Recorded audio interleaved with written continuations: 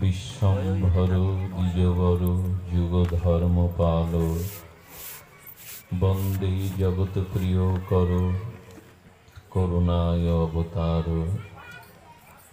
নম ত্রিকাল সত্তায় চ জগন্নাথ সুতায় চ সভিত্রায় সপুত্রায় সকলত্রয়তে নমঃ। বর্হাপীড়াভিরামং মৃগমদতিলকং কুণ্ডলক্রান্তমগণ্ডম কংযক্ষং কম্বুকণ্ঠং স্মিত শুভগমুখং স্বাধুরেণস্তবেনুং শ্যামং শান্তং ত্রিভঙ্গং রবিকরবসনং ভূষিতং বৈজয়ন্ত বন্দে বৃন্দাবনস্থং যুবতী শতবৃতং ব্রহ্মগোপালবেশম তপ্তকাঞ্চন গৌরাঙ্গী রাধে বৃন্দাবনেশ্বরী বৃষভানুসুতং দেবী স্ত্বং নমামি হরিপ্রিয়ে। তুলসী কাননং যত্র যত্র পদ্মবনানি চ পুরাণ পাঠনং যত্র তত্র সন্নিহিতহরি। বাঞ্ছাকল্পতরুভ্যশ্চ কৃপা সিন্ধুভ্যেব চ পতিতানাং পাবনেভ্যো বৈষ্ণবেভ্যো নমো নমঃ। মৌকং করোতি বাচলং পঙ্গুং লঙ্ঘায়তি গিরিম যৎকৃপাতমহং বন্দে পরমানন্দমাধবম। নারায়ণং নমস্কৃত্য নরং চৈব নরোত্তমং দেবীং সরস্বতীং ব্যাসং ততো জয়মুদীরয়েৎ। ওম নমো ভগবতে বাসুদেবায়। জয় রূপ সনাতন ভট্ট রঘুনাথ শ্রীজীব গোপাল ভট্ট দাস রঘুনাথ। এই ছয় গোস্বামীর পরিচরণ বন্ধন যাহা হইতে বিঘ্ন নাশ অভীষ্ট পূরণ। দুর্গমে পতিমেন্ধস্য স্খলদপাদগতির্মোহ সকৃপা যষ্টিদানেন সন্ত সন্ত বলম বনম। হরে কৃষ্ণ কৃষ্ণ কৃষ্ণ হরে হরে হরে রাম রাম রাম হরে হরে। জয় শ্রী রাধে।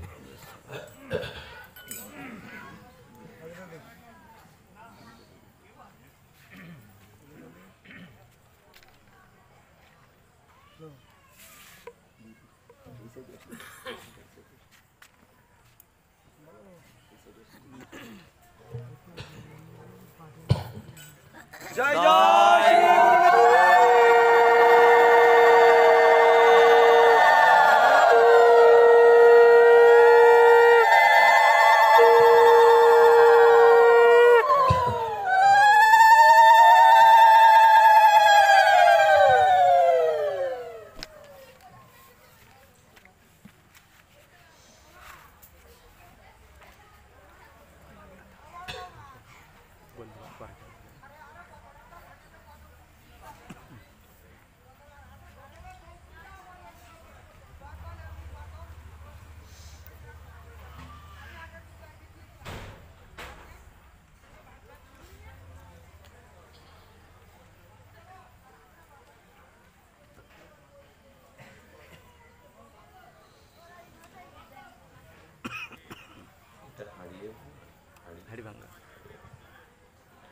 বিরচিত ভয়ং বৃঞ্চি ধৈর্যতে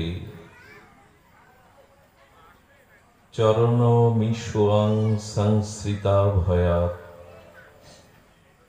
করো সরোরুহং কান্তং কামদং শিরসি দেহি ন শিকরগ্রহম। কলিযুগ পাবন অবতার পরম প্রেমময় প্রেম পরতত্ত্ব সীমা, রাসবিলাসীর চরম পরিণতি, প্রেম বিভক্ত বিলাস শ্রীমূর্তি, সংকীর্তন পিতা শ্রী শ্রী শচীনন্দন, নদিয়া বিহারী শ্রী গৌরহরি, পতিত উদ্ধারণ, পতিত তারণ, পতিত পাবন, প্রেম চিন্তামণি দাতা শিরোমণি, পরম কারণে পরম দয়াল, শ্রী শিল নিতাই চাঁদের মহা অনুকম্পায়, শ্রী শ্রী ব্রজ নবযুবদ্বন্দ্ব রাধা মাধবের অহেতুকী করুণায়, বৈরাগ্য আরাধনার এই মাস চৈত্র কৃষ্ণপক্ষীয় হাড়ি ভাঙা ভক্ত গৃহশ্রী অঙ্গনে সান্ধ্যকালীন যে ভাগবতী অধিবেশন, এই গৃহশ্রী নিকেতনে গৃহশ্রী প্রাঙ্গণে ভাগবতীয় ভক্তিযজ্ঞের সুধাযজ্ঞের অমৃত যজ্ঞের শুভারম্ভে জীবনধন জীবন সর্বস্ব প্রাতঃস্মরণীয় পরম বন্দনীয় সদ্গুরু শ্রী ভগবান শ্রী শ্রীল গুরু মহারাজের রাতুল আতুল পাবন পদারবিন্দে পরার্ধ কোটি দণ্ডবৎ প্রণতি। সমগত ভাগবত আচার্য কুলতিলক বৈষ্ণবগণ, সন্তজন, ভক্তজন, মহতজন, সুদীজন, শ্রদ্ধাশীলা ধর্মশীলা কল্যাণিয়া দেবী মূর্তি ধর্মমূর্তি মাতৃগণ, হরিকথার শুভারম্ভে সকল ভক্তচরণে সশ্রদ্ধ দণ্ডবৎ প্রণতি। বিরচিত ভয়ং বৃঞ্চি ধৈর্যতে চরণ মি সুয়ং সংসীতে ভয়াত। প্রেমের পরকাষ্ঠা ব্রজ গোপীগণ এই মন্ত্র দ্বারা শ্রী ভগবানের শ্রীচরণে তাদের অনুভব বেদ্য অনুভূতি জ্ঞাপন করছেন। কি বলছেন? হে বৃঞ্চি কুলতিলক, হে কান্ত, সংসার সাগরে দুঃখ ভয়ে দগ্ধিত জীবের তোমার চরণে শরণাগতি একমাত্র তাদের দুঃখ নিবৃত্তি উপায়। সংসার মরুকান্তরে বিষয় তৃষ্ণার্ত জন্ম মৃত্যু জরা ব্যাধি এই ত্রিতাপ দগ্ধিত জীবের একমাত্র শান্তি তোমার চরণে। একথা সাধারণ কোনো কবির কথা নয়, সাধকের কথা নয়।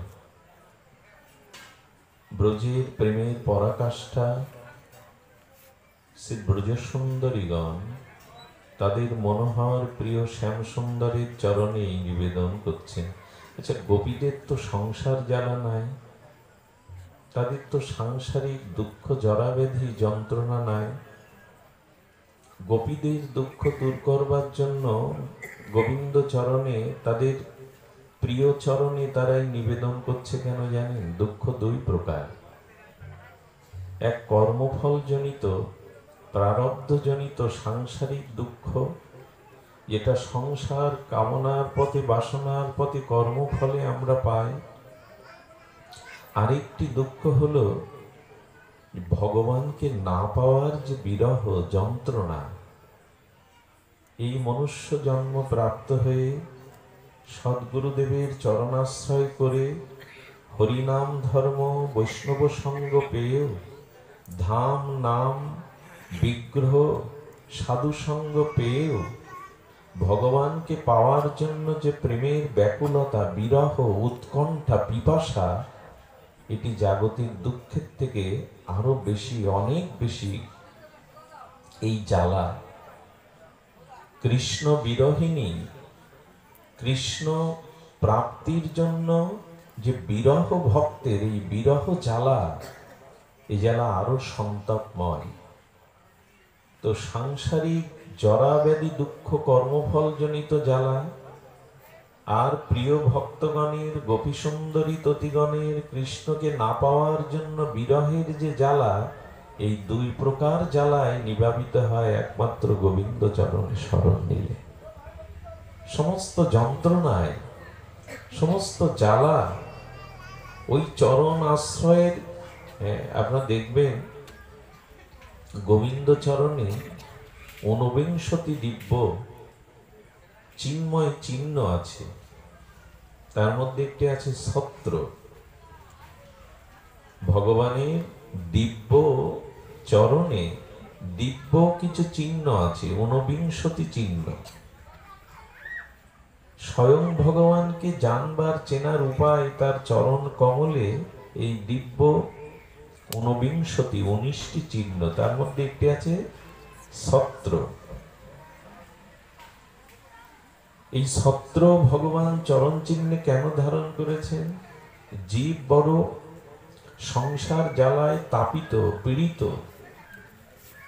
তো জীবের এই ত্রিতাপদগ্ধ বা বিরহজনিত যন্ত্রণা আমার চরণাশ্রয় করলে সেই ছত্রের ছায়াতে যেমন কঠোর প্রখর তাপরৌদ্রে ছত্র ধরলে যেমন সে ছায়া শীতল পায়, তেমনি আমার চরণে যে একবার শরণাগতিতে শরণ নিয়েছে, ভক্তের বিরহ জ্বালা আর সাংসারিক ব্যক্তির ত্রিতাম্ময় জ্বালা, দুই জ্বালায় আমি দূর করে দিই, ছত্র ধরে আমি দূর করে দিই। এই জন্য আমাদের শান্তির অন্য কোনো স্থান নাই, আমাদের দুঃখ জরাব্যাধি দূর করার অন্য কোনো স্থান জগতে নাই। শ্রী গুরু কৃপা মহৎ কৃপা সাপেক্ষ যদি গৌর গোবিন্দের চরণ আশ্রয় করা যায়, এটাই একমাত্র উপায়। সেই কথাই এখানে বলছে। কিন্তু উপায় কি আমরা গ্রহণ করলাম? দেখুন, কোন ব্যক্তির যদি দীর্ঘদিন ক্ষুধা না পায়, এটি কি সুস্থতার লক্ষণ না অসুস্থতার লক্ষণ? কথা বলুন। অসুস্থতারই লক্ষণ। বেঁচে থাকার জন্য ক্ষুধা পিপাসা একান্ত অপরিহার্য। দীর্ঘদিন কোনো ব্যক্তির যদি ক্ষুধা না পায়, খাদ্যে অরুচি থাকে, জানতে হবে সে রোগগ্রস্ত, রোগী। তখনই সে ডাক্তারের শরণাপন্ন হয়, আমার ব্যাধি নির্ণয় করুন, ক্ষুধা কেন পাচ্ছে না, ক্ষুধাতে কেন রুচি নেই। দেখুন, জাগতিক এই জরামরণশীল অনিত্যময় এই রক্তমাংসের পিণ্ড দেহে ক্ষুধা না জাগলে অসুখ মনে করে, রোগ মনে করে আমরা ডাক্তারের কাছে যাই। আর কত জন্ম এই ভগবানকে পাওয়ার ক্ষুধা আমার মধ্যে নেই, এটি রোগ না? ভগবানকে কত জন্ম আমি চাইছি না, ভগবানকে পাওয়াটা দুর্লভ না, ভগবানকে চাওয়াটাই দুর্লভ। ভগবত প্রাপ্তি সুলভ, কিন্তু ভগবানকে চাইছে কোনজন? ভগবত প্রাপ্তি সুলভ, সুলভ পাওয়া যায়, কিন্তু ভগবানকে চাওয়াই দুর্লভ। সেই চাওয়ার মানুষ কই যে তোমাকেই চায়? এই চাওয়ার যে পিপাসা, ব্যাকুলতা, এটির বড় অভাব। তো জাগতিক ব্যক্তির জঠরগ্নি ক্ষুধা না থাকলে সে কারণ নির্ণয়ের জন্য ডাক্তারের কাছে নিরাময়ের জন্য যায়, অথচ ভগবানকে পাওয়ার ক্ষুধা কত জন্ম জন্মান্তর নাই, সে ক্ষুধার যে একটি রোগ, ভবরোগ, এটির জন্য আমরা সদ্গুরু মহতের কাছে, ভাগবতের কাছে যাচ্ছি না। যে ভগবানকে যে পাওয়ার ক্ষুধা, এই ক্ষুধাটা আমার মধ্যে নাই কেন? একটু অসুখ, এটি একটি রোগ। তো এই জন্য গোপীগণ বলছেন যে দেখো, ভগবানকে প্রাপ্তির যে পিপাসা, এই আমাদের এই ভজন জগৎটা পিপাসা। এখানে পিপাসা ফুরিয়ে গেলে জানবেন অনর্থ ঘিরে ধরেছে, আপনি ভজন পথে আর এগিয়ে যেতে পারবেন না। জ্ঞানীর যদি জ্ঞানের দ্বারা তৃপ্ততা আসে, তাহলে জানতে হবে জ্ঞান ওখানেই থেমে গেছে। আর প্রেমিক ভক্তের যদি ভগবত আরাধনার, ভগবানের নাম রূপ লীলার পিপাসা মিটে যায়, জানতে হবে প্রেমও থেমে গেছে। পিপাসা শান্তি নহে, পিপাসা বাড়ে নিরন্তর। নিরন্তর ভগবানকে ভজনের, আরাধনার যে পিপাসা, এরই নাম প্রেম। যদি পিপাসা মিটে যায় মনে হয়, তাহলে প্রেম আর সেখানে স্তীমিত হয়ে গেছে, অনর্থ এসে ঘিরে ধরেছে। জ্ঞানীর যেমন তৃপ্ততা আসে না জ্ঞানে, প্রেমিক ভক্তের, শুদ্ধ ভক্তের ভগবানের আরাধনায় তেমনি পিপাসা মেটে না। নিরন্তর নিরন্তর পিপাসা বেড়ে যায়। তো এই জন্য শাস্ত্রে বলছেন যে বিরজিত চিত ভয় বৃঞ্চি ধূর্যতে চরণ মহিষাং সাং সীতা ভয়াত। আমাদের আশ্রয় নিতে হবে। আমি গত কদিন আগে এই প্রসঙ্গে একটু স্পর্শ করেছিলাম। দেখুন, ভাগবত মহিমায় প্রথমত এসেছে ভক্তি দেবী কাঁদছেন। শ্রীধাম বৃন্দাবনে সাক্ষাৎ লাদিনী ভক্তি দেবী ক্রন্দন করছেন। আচ্ছা, আবার দেখুন সুন্দরকাণ্ডে রামায়ণে সীতা দেবী অশোক কাননে কাঁদছেন।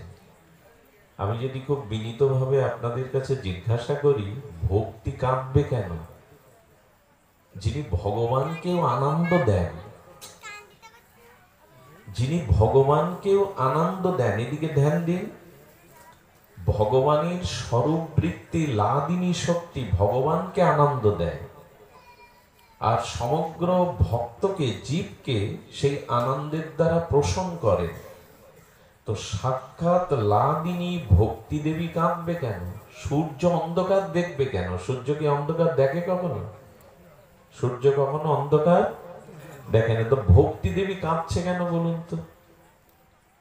সীতা দেবী অশোক কাননে কাঁদছেন, এদিকে ভাগবত মহাত্ম্যে বলা হচ্ছে যে ভক্তি দেবী বৃন্দাবনে বসে বসে কাঁদছেন। তো ভক্তি কাঁদবে কেন? ভক্তি তো ভগবানকেও আনন্দ দেয় নিজে শক্তি। যিনি ভগবানকেও আনন্দ দেন, যিনি জগৎ জীবকে পোষণ করেন, সেই ভক্তি কাঁদছে। কারণ কি? এর কারণ একটাই, বৃন্দাবনে ভক্তি দেবী কাঁদছেন যে আমার জ্ঞান এবং বৈরাগ্য পুত্র বৃদ্ধ জরাতুর হয়ে গেছে। আমি মা যুবতী, কোন মা যুবতী আর সন্তান যদি জড় জড় বৃদ্ধ মরণশীল হয়, মায়ের শান্তি হয়? এই জন্য ভক্তি দেবী কাঁদছেন। এই কাল কবলিত কলিতে এসে আমিও বিদ্যা হয়ে গেছিলাম, কিন্তু শ্রীরাম বৃন্দাবনে এসে আমি আমার সেই রূপ, আমার সামর্থ্য ফিরে পেয়েছি। কিন্তু মায়ের সন্তান যদি মায়ের থেকে বৃদ্ধ জরাতুর হয়ে যায়, সে মা তো কাঁদবেই। বর্তমান যুগে আমাদের জ্ঞান এবং বৈরাগ্য বড় দুর্বল। চারিদিকে দেখবেন ভক্তির প্রবাহ বইছে, সংকীর্তন, ভাগবত পাঠ, মন্দির, অর্চন, কিন্তু ভক্তি প্রবাহ বইলে কি হবে? জ্ঞান বৈরাগ্য বড় দুর্বল হয়ে গেছে মানুষের। আর সীতা দেবী কাঁদছেন কেন অশোক কাননে? না, সীতা দেবী জগৎকে জানাচ্ছেন, এই দেখো আমি স্বয়ং লাদিনী শক্তি হলেও, আমি স্বয়ং আনন্দময়ী শক্তি হলেও প্রভুর চরণ থেকে দূরে সরে আসায় আমার চোখে যাওয়া। কি সিদ্ধান্ত যে আজ আমি প্রভুর চরণ থেকে দূরে সরে গেছি। এই সংকেত কি? যদি ভগবানের শ্রীচরণ হতে আমরা দূরে সরে যাই, তো সীতা দেবীও কাঁদবে, ভক্তিও কাঁদছেন। আমরা ভগবানের চরণে আছি তো, না দূরে সরে গেছি? যদি শ্রীগুরু শ্রী ভগবানের চরণ হতে আমরা স্মরণ, মনন, চিন্তন, অনুধ্যান থেকে দূরে সরে যাই, তখন সীতার মতো অশোক, মানে যেখানে কোনো শোক থাকার কথা না, কিন্তু সেখানেও ওই বনবাসী তো সীতামা দুঃখ পাচ্ছিলেন না প্রভু চরণে যতক্ষণ ছিলেন, ওখানেও তো বনবাসে ছিলেন। ভগবানের চরণ ছাড়া হয়েও না, চরণ থেকে দূরে সরে যেও না, তাহলে ভক্তি দেবীকেও কাঁদতে হবে। আর যদি তোমার জ্ঞান এবং বৈরাগ্য না থাকে, তবুও ভক্তি পুষ্ট হবে না, ভক্তি শান্তি পাবে না। কথাগুলো বড় মার্মিক কথা, এই জন্য যে আমাদের প্রয়োজন ভগবত চরণ হতে যেন দূরে সরে না যায়, কখনো যেন দূরে সরে না যায়। গেলেই সীতার মতো জগৎজননী লাদিনী অধীশ্বরী আনন্দময়ী তিনিও কাঁদছেন। তো এই যে সীতামার ক্রন্দন আর শ্রীদাম বৃন্দাবনে জ্ঞান বৈরাগ্য পুত্র জড় জড় জড়াতর বৃদ্ধ দেখে ভক্তিমা কাঁদছেন, এদের দুজনের কান্না দূর হলো কি করে?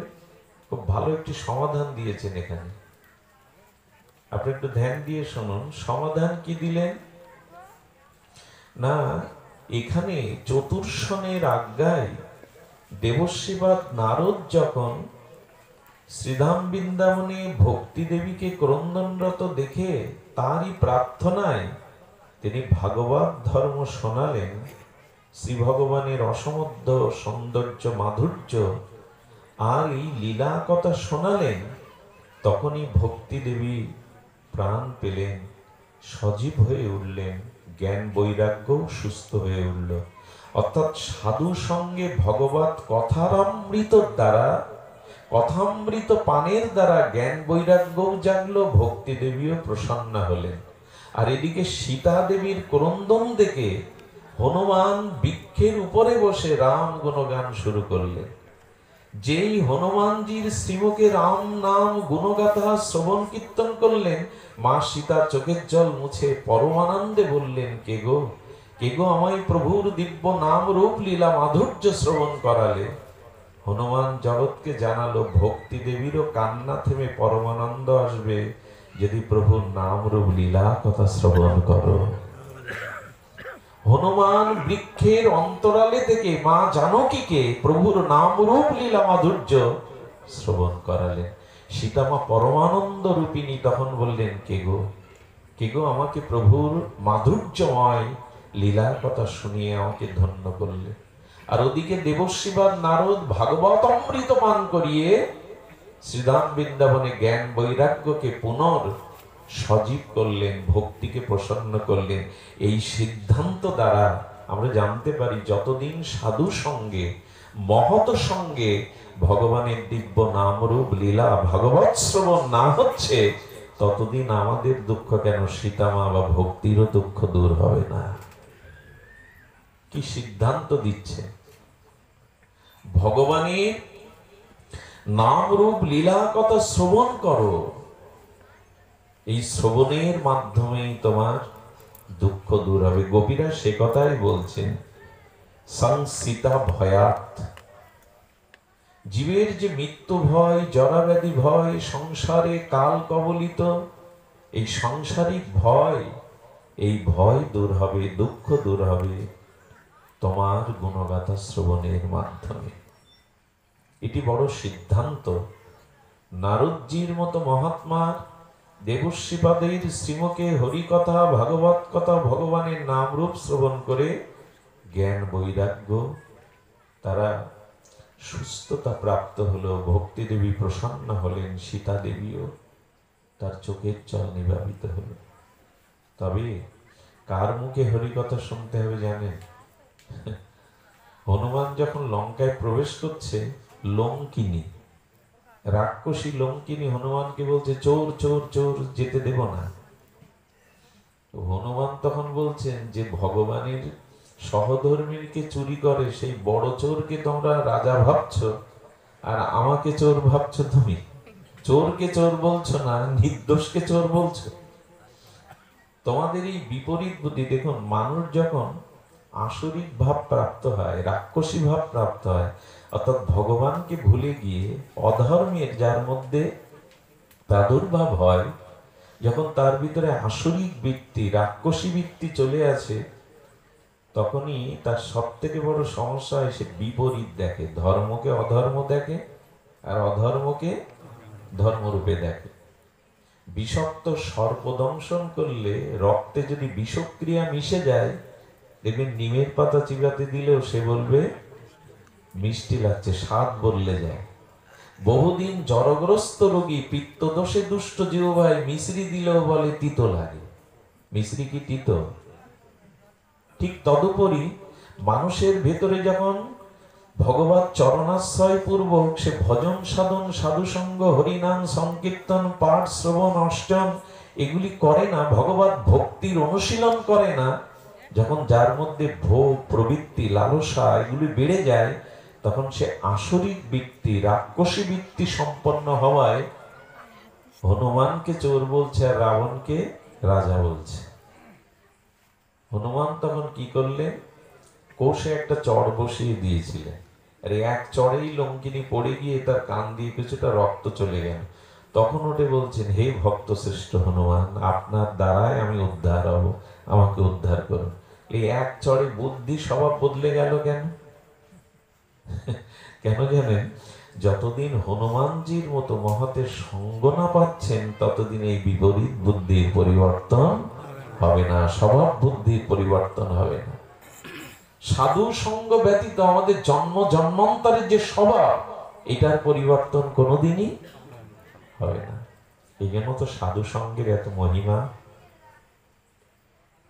আর লঙ্কিনীর রক্ত বেরিয়ে যাওয়া মানে তার চেতনা, মানে ওই যে জন্ম জন্মান্তরের যে স্বভাবটা আছে না, ওটা কিসে যায়? ওই যে চর শব্দ অর্থ, এই ভাগবত দিব্য শব্দগুলো সাধুমুখ থেকে অনুভববেদ্য শব্দগুলো যখন আমাদের কর্ণে গিয়ে হৃদয়ে আঘাত করে, তখন এই পাপ বাসনা, দুর্বাসনা গুলো চলে যায়।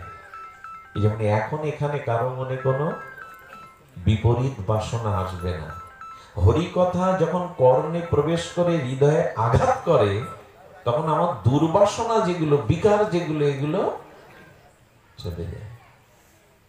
তো কার মুখে হরি কথা শুনতে হবে? হনুমান কথা বলছেন কোথায় বসে?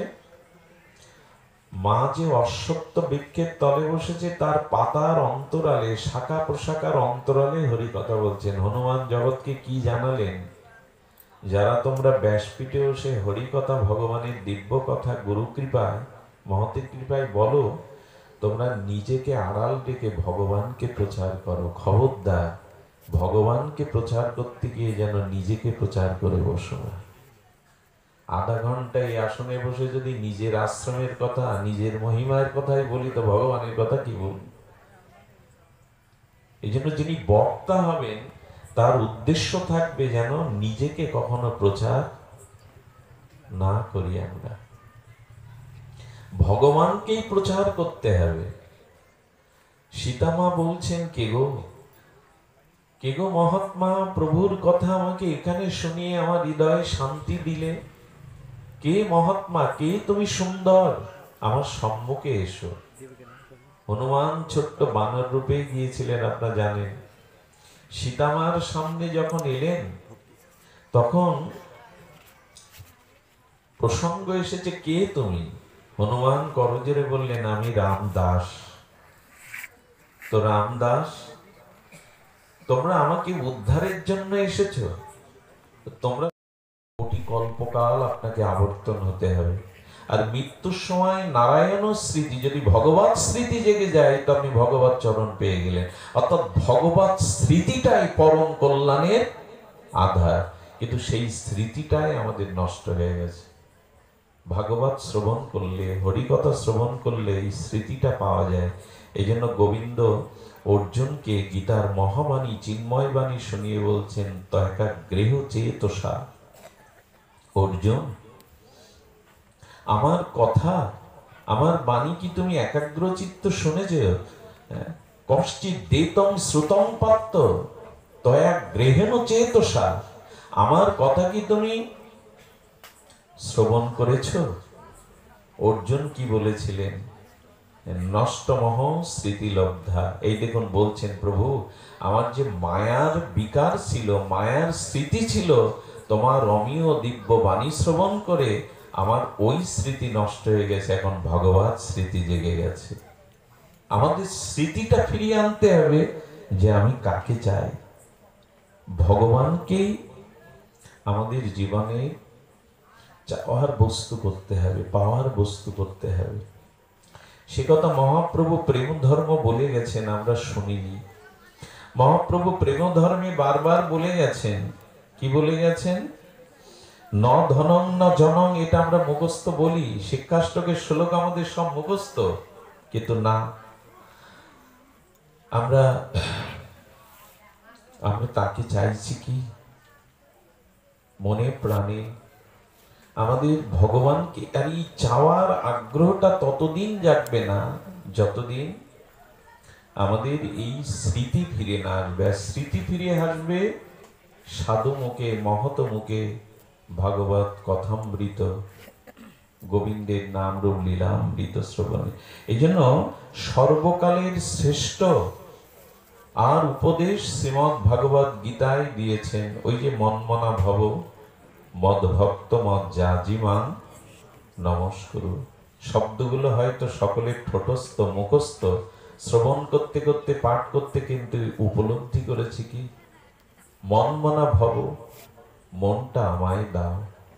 ভগবানে মন আজও দেয়া হয়নি। মন দেয়া হয়নি এই কারণে, কিছু মনে করবেন না, কোনো বস্তুর সাথে সম্বন্ধ বা ভালোবাসা অনুরাগ সৃষ্টি না হলে মন তার দিকে যেতে চায় না। ভগবানের সাথে সম্বন্ধ এবং প্রীতি যদি সম্বন্ধের দ্বারা সঞ্চারিত হয়, তখনই আমরা তো মন ভগবানকে দিতে পারছি না, আর গোপীরা মন থেকে গোবিন্দকে তাড়াবার জন্য তপস্যা করছে। কি অদ্ভুত ক্রিয়া দেখুন। নারদজি যমুনা পুলিনে গেছেন, এটাকে গোপী ধ্যান করছে। কে ধ্যান করছে? গোপীরা ধ্যান করে। গোপীদের যাগযজ্ঞ আছে, তারা কিছুই জানে না।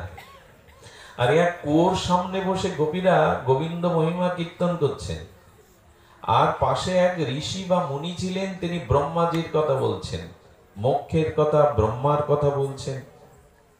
তো গোপীরা বলছে, এই দেখ আমাদের কানাইয়ের বাদে বৃন্দাবনে ব্রহ্মা টম্মা কার কথা বলছে? তো এক গোপী বলছে, হবে আমাদের কৃষ্ণের কোনো দাস বা আত্মীয়। তার মানে তারা ব্রহ্মার পরিচয়ও জানে না, তারা কৃষ্ণ বই ছাড়া অন্য কিছু জানে না। তো গোপীরা ধ্যান করবে কেন? নারদজি জয় রাধা মাধব জয় কুঞ্জ বিহারী যখন বলছেন, গোপী ওই মাধব নাম শুনে, কুঞ্জ বিহারী নাম শুনে গোপীর চোখ খুলে গেছে। নারদজি প্রণাম করে বলছেন, গোপীগণ, আপনারা যোগ অবলম্বন করেছেন, যোগ ধর্ম কেন? বলে, দেবশিবাদ, হৃদয় থেকে গোবিন্দকে তাড়িয়ে দেব বলে যোগে বসেছে। পৃথিবীতে এ কথা কেউ বলেছে, শুনেছে? যোগীন্দ্র মনীন্দ্র অমলাত্মা বিমলাত্মাগণ যুগ যুগান্তর তপস্যা করে হৃদয়ে ভগবানকে হৃদাসনে বসাবে বলে। আর গোপীরা বলছে গোবিন্দকে না তাড়াবার জন্যই আমরা যোগ অবলম্বন করেছি। কি অদ্ভুত কথা গো। বলি, তো কৃষ্ণকে হৃদয় থেকে তাড়াবে কেন? খুব ধ্যান দিয়ে শুনুন। বলি, তাকে হৃদয় থেকে না তাড়ালে সংসার ধর্ম, গৃহ ধর্ম আমাদের হবে না। বলি, কেন, কি হয়েছে? শুনুন মন দিয়ে। বলি, জানো, আজ সকালে গোমাতাকে দহন করছিলাম, তো গাভীর বাটি যখন দুগ্ধ দহন করছি, তখন কৃষ্ণ পাশে এসে বলছে, গোপী, বালক বেশে বলছে, গোপী, যশোদা মা কাল রাত্রে আমাকে ভালো করে খেতে দেয়নি, দেখো কত ক্ষুধা, তুমি এই দুধের বাটটা আমার মুখের দিকে ভিড়িয়ে দাও। দুধের বাটটা, ওদের সর্বদা তো গোবিন্দ চিন্তন, ওই মন ও মানসে নিত্য নিরন্তর তন্ময় হয়ে গোবিন্দ ভাবায় দেখছে গোবিন্দ এসে হা করেছে দুগ্ধ খাওয়ার জন্য। আর ওর দুধের বাট কি করেছে, সে পাত্রে দহন না করে ওর দিকে ভিড়েছে, পড়ছে তো মাটিতে, ও তো ভাবনায় কৃষ্ণকে দেখছে। শাশুড়ি এসে ধাক্কা দিয়ে বলছে, ভালো ঘুম হয় না না এখন? হ্যাঁ, দুধ পাত্রে না ফেলে মাটিতে ফেলছো পোড়ার মুখে, সংসার করবে কি করে? সে এক গালি দিল, বলো তো আমার দোষ কি? সে যদি এসে বলে, মা আমাকে গত নিশীতে খেতে দেয়নি, তা আমি দুধ কোথায় দেব বলো? আহা, এদের কি ভাবনা, এদের কি আবেশ গোবিন্দের প্রতি। তারপরে কি হলো? বলো, রান্না করতে বসেছি, জানো, রান্না করতে বসলে ওই সেই বাঁশির বেণুধ্বনি, সেই বেণুধ্বনি যেই কানে আসলো, কি বলবো, কড়াইতে জল না নিয়ে জ্বলন্ত কাঠের উপরেই জল ঢেলে দিয়েছি। শাশুড়ি এসে সেই গালাগালি। হ্যাঁ, উনানের আগুন নিভিয়ে দিয়ে কি রান্না করবে? চিন্তা করতে পারেন এদের ভাবনা কোথায়? তারপরে বিকালবেলা ঘর গুছিয়েছি, ঘর গুছিয়ে একটু গোময় দিয়ে ঘুটে দিচ্ছিলাম, আর ঘরের দিকে তাকিয়ে দিকে কৃষ্ণ এসে ননি ভাণ্ড ভেঙে দিয়ে ঘর আলু থালু করে দিচ্ছে। তুই আমার সংসার করতে দিবি না? এই ভেবে গোবরের সেই থালাটা যখন ছুঁড়ে মেরেছি, পড়বে না শাশুড়ির মুখে গিয়েই পড়েছে। বড় সংসার আমার হবে না রো, একে না তাড়ালে হৃদয় থেকে, আহা ধন্য এরা, কৃষ্ণকে হৃদয় থেকে না তাড়ালে আমার সংসার করা হবে না। তাই তো ধ্যানে বসেছি। বলে পেরেছো তাকে তাড়াতে? বলে যত তাকে ধ্যান করতে যায় তত মূর্তিটা আবার ভেসে আসে নয়নে, পাচ্ছিও না, তাকে পারবে না। গোপীদের ভাব কিছু আলাদা। গোপীরাই জগতে জানিয়ে গেলে এই মনমনা ভব শব্দটি ওরাই সাকার করেছে। গোবিন্দকে ওরা সর্বস্ব মনোপ্রাণ দিয়েছে। এই জন্য গোপী মন দিয়েছে বলে যারা রাসে যেতে যায়নি, যেতে দেয়নি, পারেনি, তারা দেহ ছেড়ে, সম্ভব কি এটা? এ কি ভীষ্মের নির্যান, হরিদাসের নির্যান? গোপীরা কম না। শ্রীকৃষ্ণ চরণে, শ্রীকৃষ্ণ দর্শনে যেতে পারলো না তো দেহ ছেড়ে দিল। একটা জিনিস দেখবেন, গোপীদের মন, ব্রজসুন্দরীগণের মন এবং শ্রীকৃষ্ণের মন, এদের মনের মনমনা ভব শব্দটি গীতায় বলেছেন, এই শব্দটি ব্রজলীলাতে নেওয়া যায়। গীতার অনেক শ্লোক ব্রজলীলাতে নেওয়া যাবে না, কিন্তু এই শ্লোকের একটা অংশ, বড় পণ্ডিত বাবা বলছেন এই শ্লোকের একটা অংশ নেওয়া যায়, মনমনা ভব। গোবিন্দ তাদের মনই হয়ে গেছে। এজন্য রাধারানী শ্রীকৃষ্ণের মনে যা ইচ্ছা স্ফূর্তি হতো, জাগত, রাধারানী বুঝে যেত। কেন বুঝে যেত? মন তো দুটো না, দেহ দুটি, কিন্তু মন একটি। আর গোপীদের ভাবনা, গোপীদের চিন্তন, তাদের কিছু ভাবনা, গোপী মায়েরা তারা সর্বদা তো ওই ধ্যানে রত, অন্য চিন্তা তাদের নাই, অন্য চিন্তা। মা যশোদাকে এক গোপী গিয়ে প্রণাম করে বলছে, মা তোমার গোপালের কি মহিমা, তোমার গোপালের কি অনন্য মহিমা, আজ গোপালের জন্য আমার মুখ রক্ষা হয়েছে, সংসার রক্ষা হয়েছে। যশোদা মল্লিক, কেন কি হয়েছে রে বল? বলে জানো মা, গোবিন্দ চিন্তন করতে গিয়ে আমি রান্না কখনো করতে পারিনি, পরমান্নে লবণ দিয়েছি, আর আমি সবজিতে পরমান্নে লবণ দিয়েছি এবং শর্করা দিয়েছি সবজিতে। এই করেই শ্বশুর মশাই, বাড়ির কোনো গুরুজন আমার এই প্রসাদ পেতে কখনো সন্তুষ্ট হয়নি। তো আমার শ্বশুর মশাইয়ের কিছু আপনজন এসেছিল জানো মা, আর সেদিন বলল, বৌমা আজ তোমাকে সতর্ক করছি, আজকের রান্না যদি আস্বাদ্য না হয়, যথার্থ না হয়, সংসার করা তোমার হবে না। সেই দিন আমি রান্না করতে বসেছিলাম, বসার পরে মনে মনে সংকল্প করেছিলাম, গোবিন্দের মুরলী আর শুনবো না, গোবিন্দের ধ্যান আমি আজ আর করবো না। আমি জোর করে মনটাকে নিরুদ্ধ করেছিলাম, কানটাকে তুলো গজিয়ে দিয়েছিলাম। কিন্তু জানো, যখন মালপোয়া ভাজতে যাচ্ছে, তখন ওই লাল মালপোয়াটা দেখে আমার গোবিন্দের কথা মনে পড়ে গেল। আহা, এটা যদি গোপালকে সেবা দিতে পারতাম। আর এই ভাবনা যেই এলো, আমি ওতে শর্করা না দিয়ে লবণ দিয়ে দিয়েছি। জানো, সেই লবণ দেওয়া যখন মালপোয়া আর শ্বশুরের আত্মীয় স্বজনকে দিলাম, সেদিন গোবিন্দের চিন্তা করতে করতেই ভুল হওয়ায় শ্বশুরের কথা স্মরণ হয়েছিল। সে আজ এই গৃহাঙ্গনে আমায় রাখবে না, কিন্তু তোমার গোপালের মহিমা কি জানো, সেদিন লবণটায় অমৃতের স্বাদ হয়ে গেছিল, তার চিন্তা করায় লবণটা অমৃতের স্বাদ হয়ে গেছিল। তাই গোপালকে সাধুবাদ জানাতে এসেছি, তোমার গোপালের কি মহিমা, লবণ অমৃত হয়ে যায়। আমি একটা কথা বলি, গোপীরা মহারাশে যাওয়ার জন্য তাদের সাজগোজ ভুল হয়েছিল, এটা শোনেন না আপনারা? হ্যাঁ, সে পায়ের আলতা দিয়েছে, ঠোঁটের জিনিস দিয়েছে, এরকম করে সব সাজ ভুলিয়ে গেল। কেন জানেন? কথাটা মা মন দিয়ে শোনো। ভগবানের মানে শ্যামের কাছে যেতে গেলে হৃদয় সাজাতে হয়। ভগবানের কাছে যেতে গেলে কি সাজাতে হয়? হৃদয়। গোপীরা হৃদয় সাজিয়ে রাসে গিয়েছিল। বাইরের সাজ বলো আমার কারণ কি জানেন? আপনারা দেখবেন কামের কাছে যেতে গেলে বাইরের সাজ সুন্দর করে যায় মানুষ।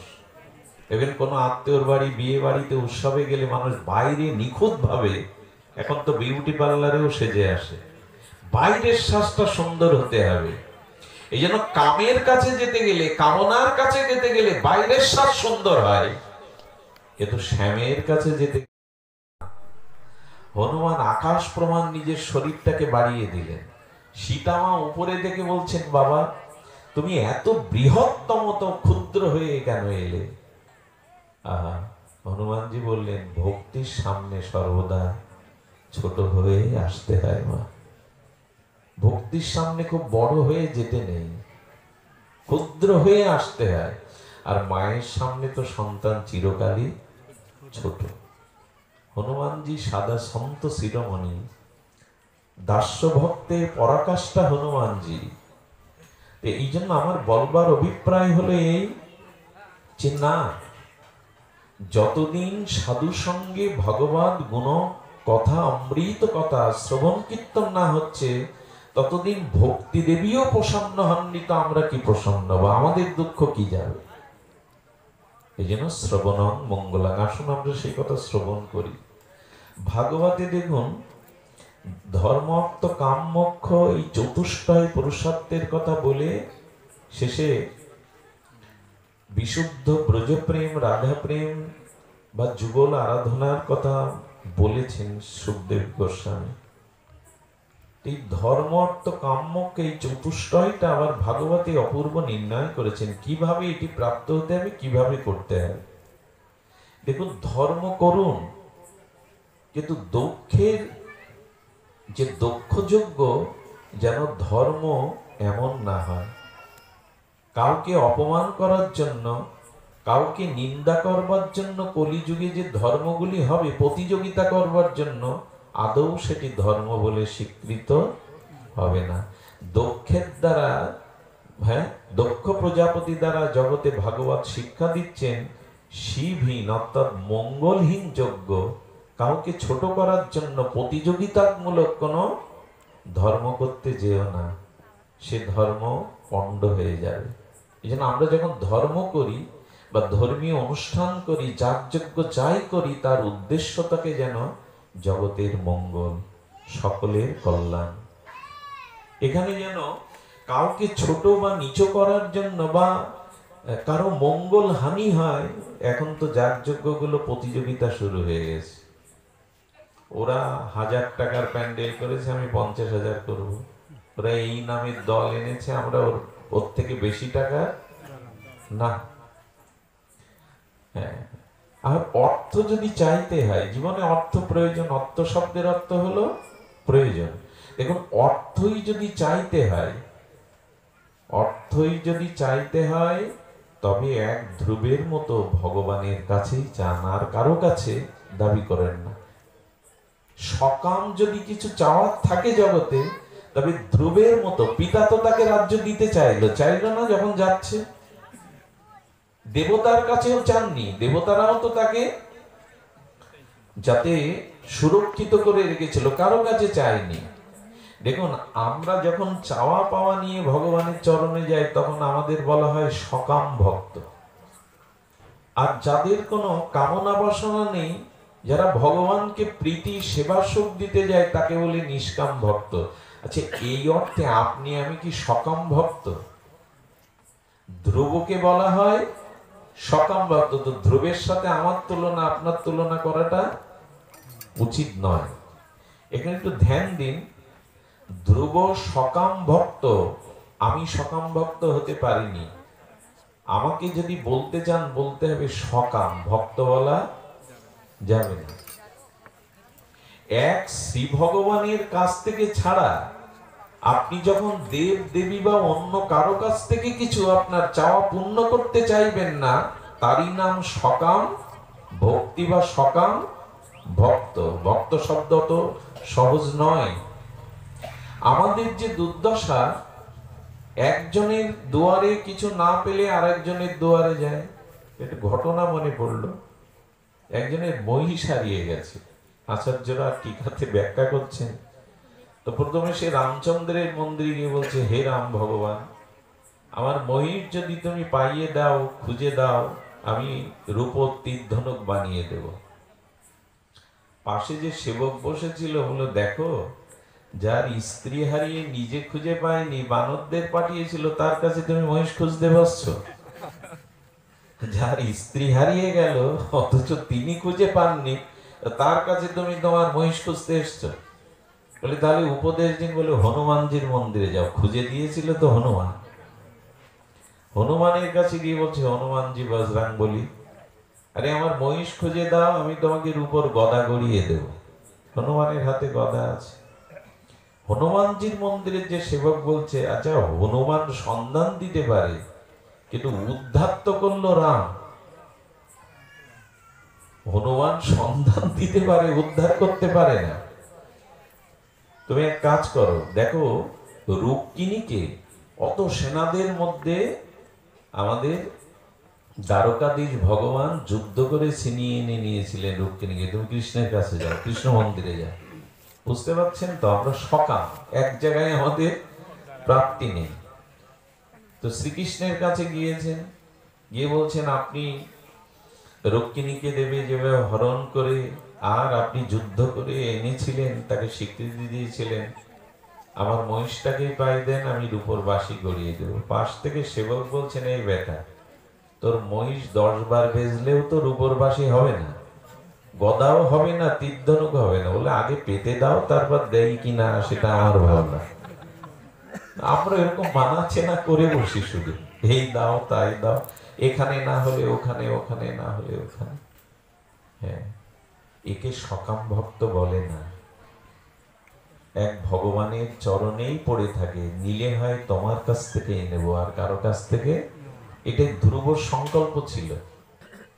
দেবতার কাছেও চাননি, পিতা অর্ধেক রাজ্য জিতে চাইলেও চাননি, তোমার কাছ থেকেই পাবো।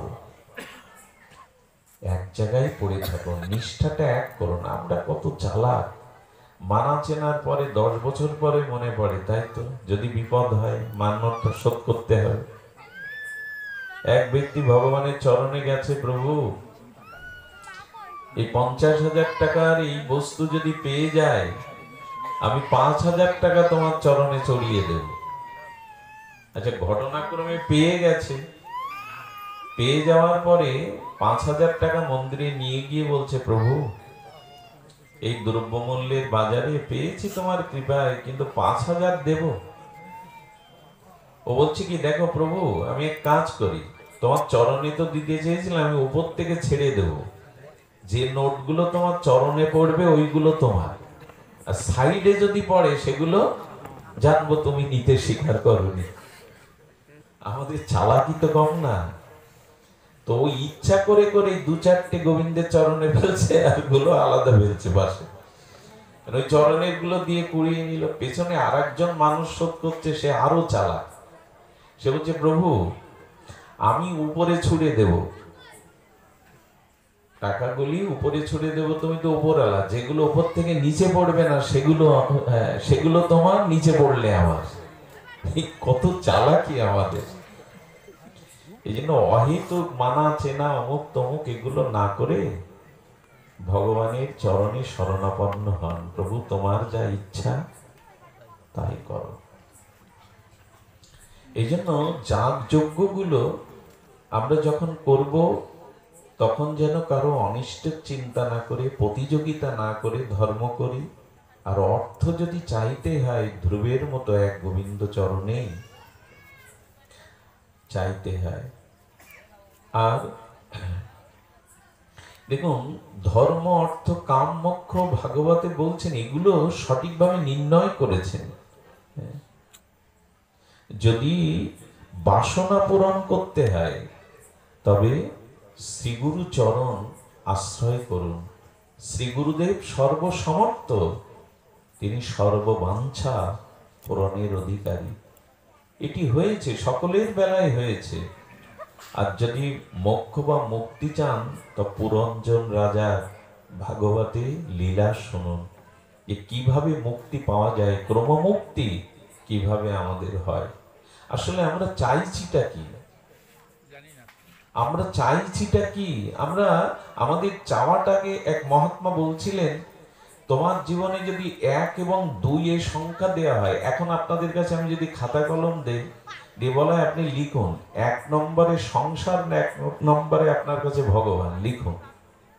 আপনার পহেলা মানে প্রথম নম্বরে ভগবান না সংসার? বিশ্বাস করুন, যদি বিবেকের তাড়নায় সত্য লিখতে হয়, আমরা 90% লোক 1 নম্বরে ভগবানকে লিখতে পারবো না, 2 নম্বরেই তার জায়গা। তো এই জন্য আগে ঠাকুর মশাই কি বলেছেন, আর সব রাখো বামে। ঠাকুর নরোত্তম বলছেন, ডান হাত দিয়ে মালা ধরো, ডান হাত দিয়ে ভক্ত সেবা করো, ভগবানের অর্চন করো। ডান মানে প্রধান, দক্ষিণ। আরে ভগবানকেই জীবনে প্রাধান্য দাও, অন্যকে দ্বিতীয় স্থানে রাখো। আমরা উল্টে ফেলেছি। আমাদের জীবনে আগে আমার দেহ গেহ পুত্র পরিজন ভোগ বিলাস, আর এগুলি যাতে সুরক্ষা হয়, যাতে বিপদে না পড়ি, এই জন্য ভগবান। এরকম নয়। অর্জুন সে কথা কুরুক্ষেত্রে রণাঙ্গনে জানিয়েছিল, প্রভু তোমার এত অক্ষণী সেনা, হাতি ঘোড়া অস্ত্র চাই না, তুমি আমার জীবন রথে এবং কুরুক্ষেত্রের রথের সারথি হও। এই কথা আমরা বলতে পারছি না। আরে দুর্যোধন আনন্দ করতে করতে গেছে, তো কৃষ্ণ অস্ত্রই ধরবে না, তো তার মতো লোককে, বেকার লোককে নিয়ে কি লাভ?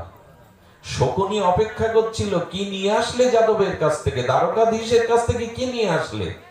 যখন বলছেন আজ আমি কিছু প্রাপ্তি নিয়ে এসেছি, এতক্ষণই সেনা নিয়ে এসেছি, কিন্তু কৃষ্ণ অর্জুনের শুধু সারথি থাকবে, অস্ত্র ধরবে না। শকুনি তো কূটনৈতিক ছিল, কূটনীতি বুদ্ধি ছিল, মাথায় চাপড় দিয়ে বললেন, দুর্যোধন আজকেই যুদ্ধের রেজাল্ট নির্ণয় হয়ে গেল। মূর্খ, শ্রীকৃষ্ণ যেখানে সেখানেই তো বিজয়, ভুল করলে তুমি। ওনার কূটবুদ্ধি ছিল, উনি জানতে পেরেছিলেন শ্রীকৃষ্ণ যার সহায়, যুদ্ধে জয় তার অবশ্যম্ভাবী। জীবনে ভগবানকে রাখুন,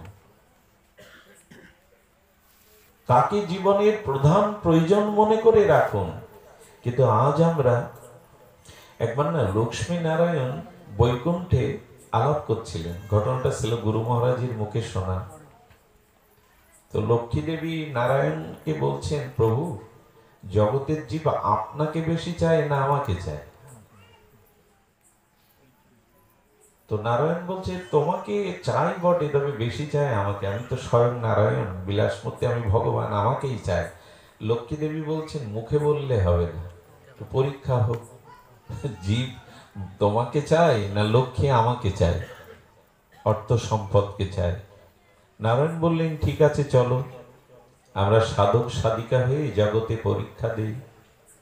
তো ভগবান নারায়ণ সন্ত সাধু বেশে, একজন বিশাল ধনী, তিনি সত্রে দান করতেন, সাধুদের জন্য বিশাল ভক্তালয় করেছিলেন।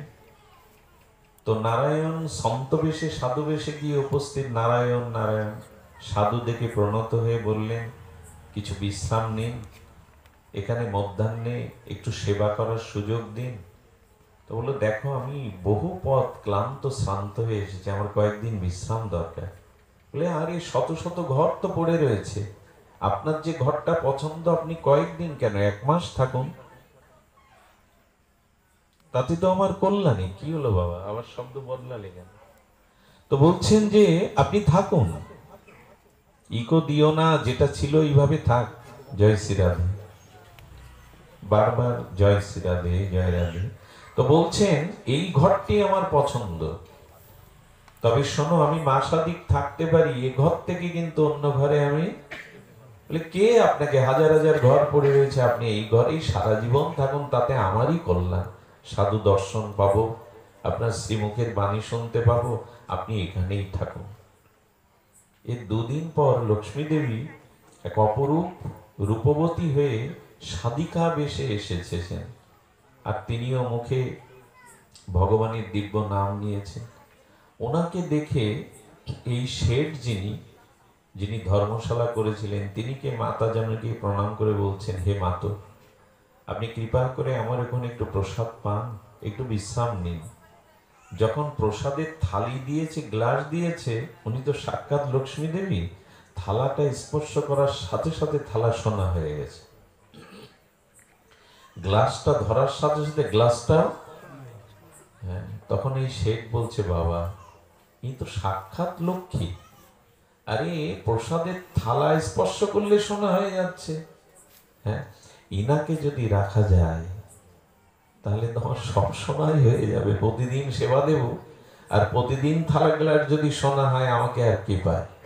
এই চরণে পড়ে, মা, আপনাকে আমি যেতে দেব না, কৃপা করে আপনি কৃপা করে আমার এখানেই থাকুন। বলছে, দেখো, আমিও পরিশ্রান্ত থাকতে পারি, তবে আমার পছন্দ মতো ঘর তোমাকে দিতে হবে। বুঝতে পারছেন তো? দুজনে এসেছেন তো, কে কাকে চায় জগতের মানুষ। তো সাধুর ঘরে গিয়ে বলছে, এই ঘরটাই আমার পছন্দ, এটাই চাই। যেই বলেছে এটা চাই, সেই সঙ্গে সঙ্গে বলছে, বাবা, অন্য ঘর আছে, আপনি অন্য ঘরে যান। বলে, এক মুখে দুই কথা কেন তোমার? আমি যতদিন থাকতে চাই বলেছিলে বাবা এই ঘরে থাকুন। বলে, আরে রাখুন আপনি, আরে রাখুন আপনি, আপনাকে অন্য ঘরে যেতে বলছে, যান। যখন বলছে না বাবা উঠবো না, তখন ওনার সেবকদের ডেকে বলছে, দাও সাধুর ঝোলা টোলা সব ফেলে দাও, জোর করে গলা ধাক্কা দিয়ে বের করে দাও। যখন গলা ধাক্কা খেলো, তখন বলছে, লক্ষ্মী, সত্যি সত্যি আমাকে জগৎজিৎ চাই না, চাই তোমাকেই। আমরা মুখে যাই বলি, ভগবানকে জীবনের ধ্রুবতারা করতে পারেনি, জীবনে তাকে প্রথমে বসাতে পারেনি। যেদিন জীবনে তাকেই চাইবো মনে প্রাণে, তাকেই প্রধান করে রাখবো, অর্জুনের মতো তাকেই জীবনের সারথি করব, তখনই আসবে শ্রী, বিজয়, কল্যাণ। আসলে সমস্যা হয়েছে কি, আমাদের স্মৃতি নষ্ট হয়ে গেছে, ভাগবত স্মৃতিটা নষ্ট হয়ে গেছে। এই জন্য সাধু মুখে হরি কথা প্রয়োজন। আমাদের স্মৃতি নষ্ট হয়ে গেছে। দেখুন, এই জগতের সর্বশ্রেষ্ঠ প্রসাদ পেত কেন জানেন? ওই ওই ধুলির এমন গুণ, যেটা ভেতরে গেলেই হয়তো অনুরাগ জন্মাবে। আমি বলতে বলতে এই জন্য বলছি যে মনটা এমনি করে ভগবানকে না দিতে পারলে, মন যতদিন এই সংসার বিষয় আশায়, দেখুন বাহ্যিকটা, আমি ঠাকুর ঘরে, গোবিন্দ বলছেন, ঠাকুর ঘরের রুদ্ধ দুয়ারে ধ্যান করতে বসে যদি বিষয় চিন্তা করো, তুমি কপট। বরঞ্চ সংসারে থাকো, কিন্তু মনটা আমায় দিয়ে রাখো। আমি বহুবার চর্চিত করেছি এই শ্লোকটি। রূপ সনাতন, রূপ সনাতন তখন তারা সাকর মল্লিক এবং দবির খাস নামে খ্যাত। আপনারা জানেন, সেই সময় শাসন আমলে তারা হোসেন শাহ মন্ত্রী পদে, সচিব পদে ছিলেন। তো ওইখানে থেকে তারা মহাপ্রভুর কাছে একটা পত্র লিখেছিলেন, প্রভু, বিষয় কর্মে রত হয়ে পতিত হয়ে গেছি, আমাদের উদ্ধার করো, আমাদের উপায় বলো। কয়েকবার পত্র লেখার পর মহাপ্রভু এই পত্রের উত্তর দিয়েছিলেন। রূপ সনাতন তার নিজ পরিকর, তাই উত্তর লিখেছিলেন দুটি লাইনে, বড় অপূর্ব। পর ব্যাসিনী নারী ব্যাঘ্রাপি গৃহকর্মসু তদেবা স্মাদনাত্ম নব সঙ্গ রসায়না। এত বড় সমাধান আর কেউ দিয়ে যায়নি। আর প্রভু দৃষ্টান্ত দিলেন, আর কোন দৃষ্টান্ত খুঁজে পেলেন না মহাপ্রভু। বললেন, পতিভ্রষ্টা অসতী রমণীর দৃষ্টান্ত দিলেন। যারা পতিভ্রষ্ট, অসতী, কুলটা নারী, তাদের দৃষ্টান্ত দিলেন মহাপ্রভু। আর কিছু পেলেন না। বলে, এর থেকে ভালো দৃষ্টান্ত আর জগতে নাই। এই জন্য মহাপ্রভু এই দৃষ্টান্ত দিলেন, পরব্যাসিনী নারী। যেমন দেখবেন স্বামীর সংসারে কোনো রমণী থেকেও যদি পরপুরুষে মন দেয়, সে সকাল থেকে উঠে ব্যগ্রতার সহিত ক্ষিপ্রতার সহিত সংসারে সব কাজ করে, ছেলে মেয়ে রান্না বান্না ঘর কন্যা সব কাজ করে, কিন্তু মনে মনে ওই উপপতি পরপুরুষের নব নব রসে মিলিত হতে থাকে, নব নব রসে চিন্তা চলতে থাকে তার মনে। মহাপ্রভু এই দৃষ্টান্ত দিলেন। আচ্ছা, কোন কুলোটা ভ্রষ্টা রমণী যদি স্বামী সংসারে থেকেও ক্ষিপ্রতার সহিত সমস্ত কর্ম সম্পন্ন করেও মনটা পরপুরুষের দিকে সারা দিন দিয়ে রাখতে পারে, তবে তুমিও সংসারে থেকে কেন পরম পুরুষ গোবিন্দের দিকে মনটা দিতে পারবে না? তোমার মনটা কেন ওদিকে যাবে না? এর থেকে বড় দৃষ্টান্ত আর নাই। এই জন্য আমরা সংসারে আছি, সংসার করতে হয়, কিন্তু আমরা যেন ভগবানকে না ভুলে যাই।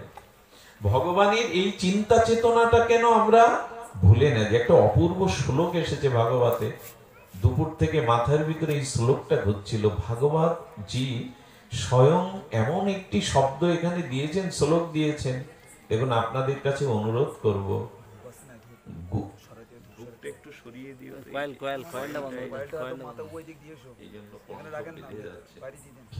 কি হয়েছে? ভাগবতজি বলছেন, গুরু হয়েও তিনি গুরু নন, গর্ভধারিণী হয়েও তিনি গর্ভধারিণী মা নন, পিতা হয়েও তিনি পিতা নন, সজ্জন আত্মীয় হয়েও তিনি আত্মীয় নন, এমনকি দেবতা হয়েও তিনি দেবতা নন। এত বড় কথা ভাগবতজি ছাড়া আর বলেনি। গুরু হয়েও গুরু নন, জননী হয়েও জননী নন, পিতা হয়েও পিতা নন, সজ্জন হয়েও সজ্জন নন, দেবতা হয়েও দেবতা নন। বলেন না, ভাগবতজি বলছেন, গুরু না সৎসৎ, সজ্জন ন সৎসৎ, পিতা না সৎসৎ, জননী না সৎসৎ, বোধং না তাসং ন পেত ন সৎসৎ, রম চয়তে তসুক পেত মৃত্যুম। আরে বাবা, যিনি মৃত্যুময় কাল কবলিত সংসার হতে তোমাকে উদ্ধার না করতে পারেন, তিনি গুরু হয়েও গুরু নন। এই কাল কবলিত মৃত্যুময় সংসার হতে, মৃত্যু থেকে যিনি তোমাকে উদ্ধার না করতে পারেন, তিনি জন্ম দিয়েও পিতা নন, তিনি গর্ভে ধারণ করেও মা নন, তিনি সজ্জন আত্মীয় হলেও আত্মীয় নন। এত বড় কথা আর আসেনি জগতে। এটা ঋষভদেব বলেছিলেন তার পুত্রদের, ভগবান ঋষভদেব ভাগবতে। ন মচয়তে তসুখয়েত মৃত্যুম, যিনি মৃত্যুকে মোচন না করতে পারেন, মৃত্যু অতিক্রম না করাতে পারেন, তিনি কিসের মাতা, কিসের পিতা? এই জন্য আজ এখানে পিতা মাতা যারা আছেন, অনুরোধ এইটুকু। আচ্ছা, রামপ্রসাদ তার একটা সঙ্গীতে বলেছেন, জন্ম দিলেই হয় না মাতা, যে না বোঝে সন্তানে। এই কথাটির অর্থ কি মা? রামপ্রসাদ তো সাধারণ গীতিকার না, গায়ক না, জগৎ জননী তার জিউ ভাই বসে বসে এগুলি গেয়েছেন। আচ্ছা, যে না বোঝে সন্তানের ব্যথা, কোন ব্যথা? মাথার ব্যথা, বুকের ব্যথা? বলছেন যে সন্তানের ব্যথা বোঝে না, সে মা হয়েও মা নয়। কোন ব্যথা? ব্যথা একটা, এই যে বারবার জন্ম জন্মান্তর এই জন্ম মৃত্যু চক্রে আসা যাওয়া করা, বারবার মাতৃগর্ভে আসা, বারবার এই জন্ম মৃত্যু, এই ব্যথা যিনি গোছাতে না পারেন, তিনি মাতা নন। তরণী সেনের কথা মনে আছে? এই হলো মা। তরণী সেন বিভীষণ পুত্র, লঙ্কেশ রাবণকে বলছে, জেঠু আমি রামের যুদ্ধে যাব। এই 13 বছরের তরুণীর স্কন্ধে হাত দিয়ে রাবণ বলছেন, আমি তোকে যুদ্ধ দেওয়ার অনুমতি দিতে পারি না, যদি তোর মা তোকে অনুমতি দেয়। মায়ের চরণে ছুটে গিয়ে বলছেন, মা আশীর্বাদ করো, আমি রামের যুদ্ধে যাব। বুকে জড়িয়ে ধরে মা তখন কাঁদছে আর বলছে, এই কথাটা শোনার জন্যই তো এই লঙ্কা রাক্ষসপুরীতে বেঁচে আছি বাবা। ওকে সাজিয়ে দিলেন, তিলক করে দিলেন, সমস্ত অঙ্গে ললাটে রাম নাম লিখে দিলেন। আর লিখে দিয়ে যখন তীর ধনুক দিয়ে দিলেন, মাকে প্রণাম করছে। মা, মায়ের আশীর্বাদ কখনো বৃথা যায় না, তুমি আশীর্বাদ করো যেন যুদ্ধে বিজিত হয়ে আমি তোমার কোলে ফিরে আসতে পারি। মা কি আশীর্বাদ করেছিল জানো? মা মাথায় হাত দিয়ে তরণীকে বললেন, এ কথা আমি অন্য কোথাও শুনিনি, এত মর্মান্তিক কথা, এত মর্মস্পর্শী সিদ্ধান্ত। তরণীর মাথায় হস্ত দিয়ে মা আশীর্বাদ করছেন, আমি তোরে এই করি আসিস, রামের চরণ হতে আমার কোলে আর ফিরে না আসিস। যা বাবা, ওই চরণে যা, আমার কোলে যেন আর পারবো তো আমরা? এভাবে ভাবতেও কি পারবো? এই জন্য মা, নারী জাতি মাতৃজাতির সর্বশ্রেষ্ঠ অলংকার, তার গর্ভের সন্তানকে যদি গোবিন্দের চরণে ভক্ত করে উপহার দিতে পারে। ডাক্তার, মাস্টার, ইঞ্জিনিয়ার আজ আমরা তৈরি করছি, করুন, আপত্তি নেই, কিন্তু এত বড় করবেন না যে শেষের দিকে আপনাদের তারা ভুলে যায়। আমি মাঝে একটা পাঠে বলছিলাম, এই পশ্চিম বাংলাতে একজন শিক্ষক শিক্ষিকা, তাদের বড় স্বপ্ন ছিল, লালিত স্বপ্ন, যে ছেলে মেয়ে, তারা দুটো ছেলেকে ইঞ্জিনিয়ার আর ডাক্তার করবে। জীবনের সর্বস্ব ঢেলে দিয়ে তাদের উচ্চ বিদ্যালয়ে পড়াশোনা করিয়ে জীবনপণ চেষ্টা করে তারা বৃত্তি নিয়ে বিদেশে গিয়ে সত্যই মা বাবার স্বপ্ন পূরণ করেছিল, ডাক্তার আর ইঞ্জিনিয়ার হলো। বড় পদে যখন তারা কর্তব্যরত, এদেশ থেকে রিটায়ার করার পরে পিতামাতা বলল, খোকা এক ভাই চলে আয়, তোদের মুখের দিকে তাকিয়েই তো বেঁচে থাকা সবকিছু, আমাদের অবসরের যে টাকাগুলো ভালোভাবে চলে যাবে। ওই পথ থেকে মোবাইলে কলে কি শব্দ ভেসে আসছে জানেন? তো যদি ঘরের মধ্যেই বদ্ধ রাখবে, তো ডাক্তার ইঞ্জিনিয়ার স্বাদ হয়েছিল কেন তোমাদের মনে? আরে টাকা পাঠাচ্ছি, দাসী রেখে দাও, তোমাদের সেবার জন্য দু চারটে লোক রেখে দাও। মা এরকম কথা শুনবে আশা করিনি। ওই কথাই বারবার কল করলে বলতো, আমাদের যাওয়ার অবসর নেই, যে স্থানে এসেছি এখান থেকে আর অবসর নেই, তোমরা দাসী রাখো, টাকা লাগে পাঠাও। মা এই চিন্তায় প্যারালাইসিস হয়ে গেল। সত্য ঘটনা শুনুন, বাগরুদ্ধ হয়ে গেল, লালা ঝরতে লাগলো।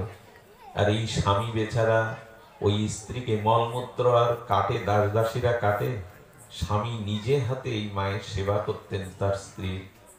আমার মনে হয় প্রকৃত স্বামীকে চেনা যায় স্ত্রী অসুস্থ হলে। স্ত্রী যদি অসুস্থ হয় তখনই স্বামীর পরিচয় পাওয়া যায়। নিজে হাতেই তিনি সব পরিষ্কার করতেন এবং তাকে যত্ন করে, তার জীবনটাই ছিল স্বামীর জন্য। তো এইভাবে বারবার বলে যখন দুজন নিঃসঙ্গ হয়ে গেল, দুশ্চিন্তাগ্রস্ত হয়ে গেল, ধীরে ধীরে একদিন ওষুধ খাইয়ে রাত্রে শয়ন করেছে একই শয্যায়। 8টা 9টা যখন বাজে, স্ত্রী দেখছে স্বামী আর ওষুধ দিচ্ছে না, ডাকছে না। নিজে তো পাশ ফিরতে পারেন না, ডাকতেও পারেন না। বহু কষ্টে লড়াই করে করে শরীরটা যখন তার গায়ে গিয়ে পড়লো, দেখলো সে মারাই গেছে। ওই চিন্তা করতে করতে পিতাও মারা গেছে। কি বলবো, বিকাল 3টা পর্যন্ত ঘরে পড়েছিল, তার তো বাগরুদ্ধ, কাউকে ডাকতেও পাচ্ছে না। ওইভাবে চিন্তা করতে কেউ উনি বেলা 3টের সময় শরীর ছেড়ে দেয়। গতকাল পাড়াতে উনি একজনের কাছে কল করেছিলেন, এই মাস্টার মশাই। উনি কোনো প্রয়োজনে কেন কল করেছিলেন, বাড়িতে এসে দেখে দরজা দেওয়া, বেলা 3টা বেজে গেছে, বিকাল হয়ে গেছে, সাড়া নেই। শেষে পাড়া প্রতিবেশী দরজা খুলে দেখলো দুজনেই মরে পড়ে আছে। এবং এদের মৃত্যুর কারণ কি আপনারা বুঝতে পারছেন? তখন একজন বলল, ওর ছেলেদেরকে একটু সংবাদ দেবে না, মুখাগ্নি কে করবে? যখন কল করা হলো তখন ওপাশ থেকে বলছে, আমাদের তাহলে আসা খুব প্রয়োজন। বলে, খবরদার, জানাতে হয় জানালাম, সারাটা জীবন তাদের এমনি পুড়িয়েছ, মৃত্যুর পরে আর তাদের আগুনে জ্বালাবার জন্য তোমরা যেন খবরদার পা দেবে না ভিটেতে। এরকম বড় করবেন না যারা পিতামাতাকেই ভুলে যায়। এই জন্য সন্তানকে ভাগবত অনুশীলন দিন। আমার খুব দুঃখ লাগে কেন জানেন? আমাদের সনাতন ধর্মের থেকে অনেক কিছু আমাদের যেটা অনাকাঙ্ক্ষিত ঘটনা ঘটছে, আমাদের অনেক মেয়েরা এই ধর্ম ত্যাগ করছে, তারা কোডে উঠে পিতামাতাকে অস্বীকার করছে, ধর্মকে ত্যাগ করছে। তার কারণ কি জানেন? এইখানে যুবক যুবতীরা আসে না। এইখানে যুবক যুবতীরা আজকে দেখুন, ওরা নেট নিয়ে ব্যস্ত, খেলা নিয়ে ব্যস্ত, এরা এখানে আসে না। আর এর একটাই কারণ, ওদের না। আমি অনুরোধ করছি, এই কারণটা বর্তমান প্রজন্মের না। পৃথিবীতে আপনি গাড়ি বাড়ি তৈরি করতে পারেন, একটা রাজ্যের রাজা হতে পারেন, এটা কঠিন না। আকাশে বিমানে চড়তে পারেন, ব্যক্তিগত বিমানে, এটা কঠিন না। একজন সন্তানকে চরিত্রবান, আদর্শবান, ধার্মিক করা এখন সব থেকে কঠিন। কত পিতামাতা যে চোখের জল ফেলছে, এই যে আয়োজন করছেন, বাড়ি গাড়ি সম্পত্তি, কার জন্য? যদি সে মানুষ না হয়, চরিত্রবান না হয়। এটার দিকে একটু ধ্যান দিন। ধ্যান আর আমরা দিয়েছি। আমরা এদেরকে কেন ভক্ত করে তুলতে পারছি না? তার একটাই কারণ, দেখুন আমি একটা মার্মিক কথা বলি, গর্ভে সন্তান ধারণ, স্বামীর কাছ থেকে যখন কোনো সহধর্মিণী সতীসাধ্বী রমণী সন্তান ধারণ করবে, গর্ভেই 80% সন্তানের স্বভাব সংস্কার তৈরি হয়। আর ভূমিষ্ঠ হওয়ার পরে বিদ্যা, শিক্ষা, উপদেশের দ্বারা 20% সংশোধন হয়। 80% গর্ভস্থ সন্তান সংস্কার নাই, তার প্রমাণ নেই। আমরা প্রায় বলি, দেখবেন অভিমন্যু সেই চক্রবুহে বেরোতে পারেনি, এর কারণ ওই গর্ভের মায়েরই কারণ। চক্রবুহে প্রবেশের কথা অর্জুনের মুখে শুনেছিলেন গর্ভে, কিন্তু ঘুমিয়ে পড়ে, এ কারণে আর বেরিয়ে আসার কথা। স্বভাব তৈরি হলো কোথায়? মৃত্যুর কারণ হলো কোথায়? গর্ভে। সুখদেব গোস্বামীর দিকে তাকান, পরমহংস কুলতিল, তিনি তো মাতৃ গর্ভেই ভগবানকে ভজনা করে মায়া মুক্ত হলেন, গর্ভে থেকে পড়ে না। প্রহ্লাদের দিকে তাকান, তিনি কয়াদুর গর্ভে নারদ ঋষির আশ্রমেই তো ভেতর থেকেই ভজন শুরু করলেন, বাইরে দিয়ে আর হয়? এমনকি আমার মনে পড়ে, আমাদের এই যে বেন রাজা ছিল না, অধার্মিক বেন রাজা, এই বেন রাজার পূর্বপুরুষের মধ্যে একজন রাজা ছিল, তিনি অমরত্ব পাবে বলে তপস্যা শুরু করেছিলেন। এক ঋষিকে বললেন, সুবুদ্ধি দিন, অমরত্ব পাবো কি করে? বললেন, যমের একটি মেয়ে আছে সুনিতা, তাকে বিয়ে করো। তো যম যদি তোমার শ্বশুর হয়, তো জামাইয়ের প্রাণ তিনি সহজে নেবেন না, ওকে বিয়ে করো। আরে প্রস্তাব দিয়ে সুনিতাকে বিয়ে করলো। উনি যুদ্ধ জয়ের জন্য চলে গেছেন, সুনিতার গর্ভে তখন সন্তান। আর সুনিতা কোন জায়গার বাসিন্দা? সুনিতা কোথার বাসিন্দা? যমলোকে। ওই গর্ভে সন্তান আসার পর থেকে ওই যমলোকের স্মৃতি, কাউকে কড়াইতে ভাজছে, কাউকে সাজা দিচ্ছে, আগুন জ্বলছে, এই সব চিন্তা করতে করতে ওর গর্ভেই জন্ম নিল রাজা বেন। দেখুন, ভাগবত সাধারণ গল্পগাথা নয়। ওই বেন রাজাই তিনি জগতে ঘোষণা করলেন, ঈশ্বর ঈশ্বর বলে কিছু নেই, আমি রাজা, আমি যাগযজ্ঞ সব বন্ধ করো, সব আমাকে দাও। এরা কারা? গর্ভে থেকে যারা সুশিক্ষা, ভজন শিক্ষা পায়নি। বাইরে গড়ে কি করবেন? আজকাল বিশ্ববিদ্যালয়, স্কুল, কলেজ যে পরিবেশ তৈরি হয়েছে, তাতে তাদের আদর্শ শিক্ষাই তো নেই, ধর্ম শিক্ষা তো নাই বললেই চলে। এই গ্রামে যদি 10টা চরিত্রবান আদর্শ ধর্ম যুবক থাকে, এই গ্রামটা সুরক্ষা পাবে। একজন মহৎ একটা এলাকা না, একটা দেশকে গড়ে দিতে পারে, বিশ্বকে নাড়িয়ে দিতে পারে। সেই জিনিসটা নির্ভর করে। সীতামা 5 মাস গর্ভবতী অবস্থায় রামচন্দ্র তাকে বনবাসে দিলেন কেন? গর্ভবতী মাকে, জগৎ জননীকে কেউ বনবাসে দেয়? রাম ভেবেছিল এই রাজপুরীর মধ্যে, সুখ ভোগের মধ্যে থাকলে আমার সন্তান আদর্শবান, এই সময় যদি ত্যাগ, তিতিক্ষা, তপস্যা, মুনির আশ্রমে থাকে, তবে আমার সন্তান মর্যাদাবান হবে। এসব কথা শুধু গল্প শুনবো? উচিত হলো এই জগতে সন্তানদেরকে আদর্শের পথ দেখানো, মঙ্গল বা কল্যাণের পথ দেখানো। এই জন্য এই চিন্তাটা আজকে আসা দরকার। ধর্ম অনুষ্ঠানে, ভাগবত অনুষ্ঠানে যুবকদের, যুবতীদের আনা একান্ত প্রয়োজন। আমার বড় দুঃখ লাগে, মেলা দেখতে, সিনেমা দেখতে, থিয়েটার দেখতে সবখানে সাজিয়ে গুছিয়ে নিয়ে যায়, ভাগবতে আনে না। এই জন্য মেয়েদের মায়েদের জানান যে একটা সুসন্তান গর্ভে ধারণ করাই হলো একটি মাতৃ জগতের শ্রেষ্ঠ পার। এই দেখুন তরণীকে মা বলছেন, যা যুদ্ধে আমার কোলে তুই যেন আর ফিরে না আসিস। আর পিতা কি বললো বিভীষণ, প্রভু ও বৈষ্ণবী মায়া জানে, আরে ওকে আমি চিনি না, ও রাক্ষস, অনেক মায়া জানে। বলছেন বিভীষণ, এমন ভক্ত লঙ্কায় আছে যে আমি বান মারলে ওর গায়ে মালা হয়ে পড়ছে গলায়, ওকে তো আমি বধ করতেই পারবো না। বলে প্রভু ও মায়া জানে, এই নাও বৈষ্ণবী বান, এই বানেই ওকে মারতে পারবে।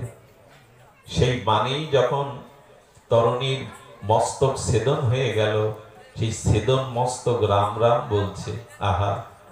আর বিভীষণ বুকে নিয়ে যখন একান্তে অশ্রু ঝরাচ্ছিলেন, কাঁদছিলেন বেদনায়, তখন রাম বলেছিল, কে তোমার? তুমি তার মৃত্যুবান তুলে দিলে, তুমি তার মস্তক নিয়ে কাঁদছ। বললে প্রভু কাঁদছি পুত্র শোকে না, আমার পুত্র, ভাবছি ও পরে সে আগে তোমার চরণ পেল, আগে আগে তোমার ধাম পেল, ও ধন্য।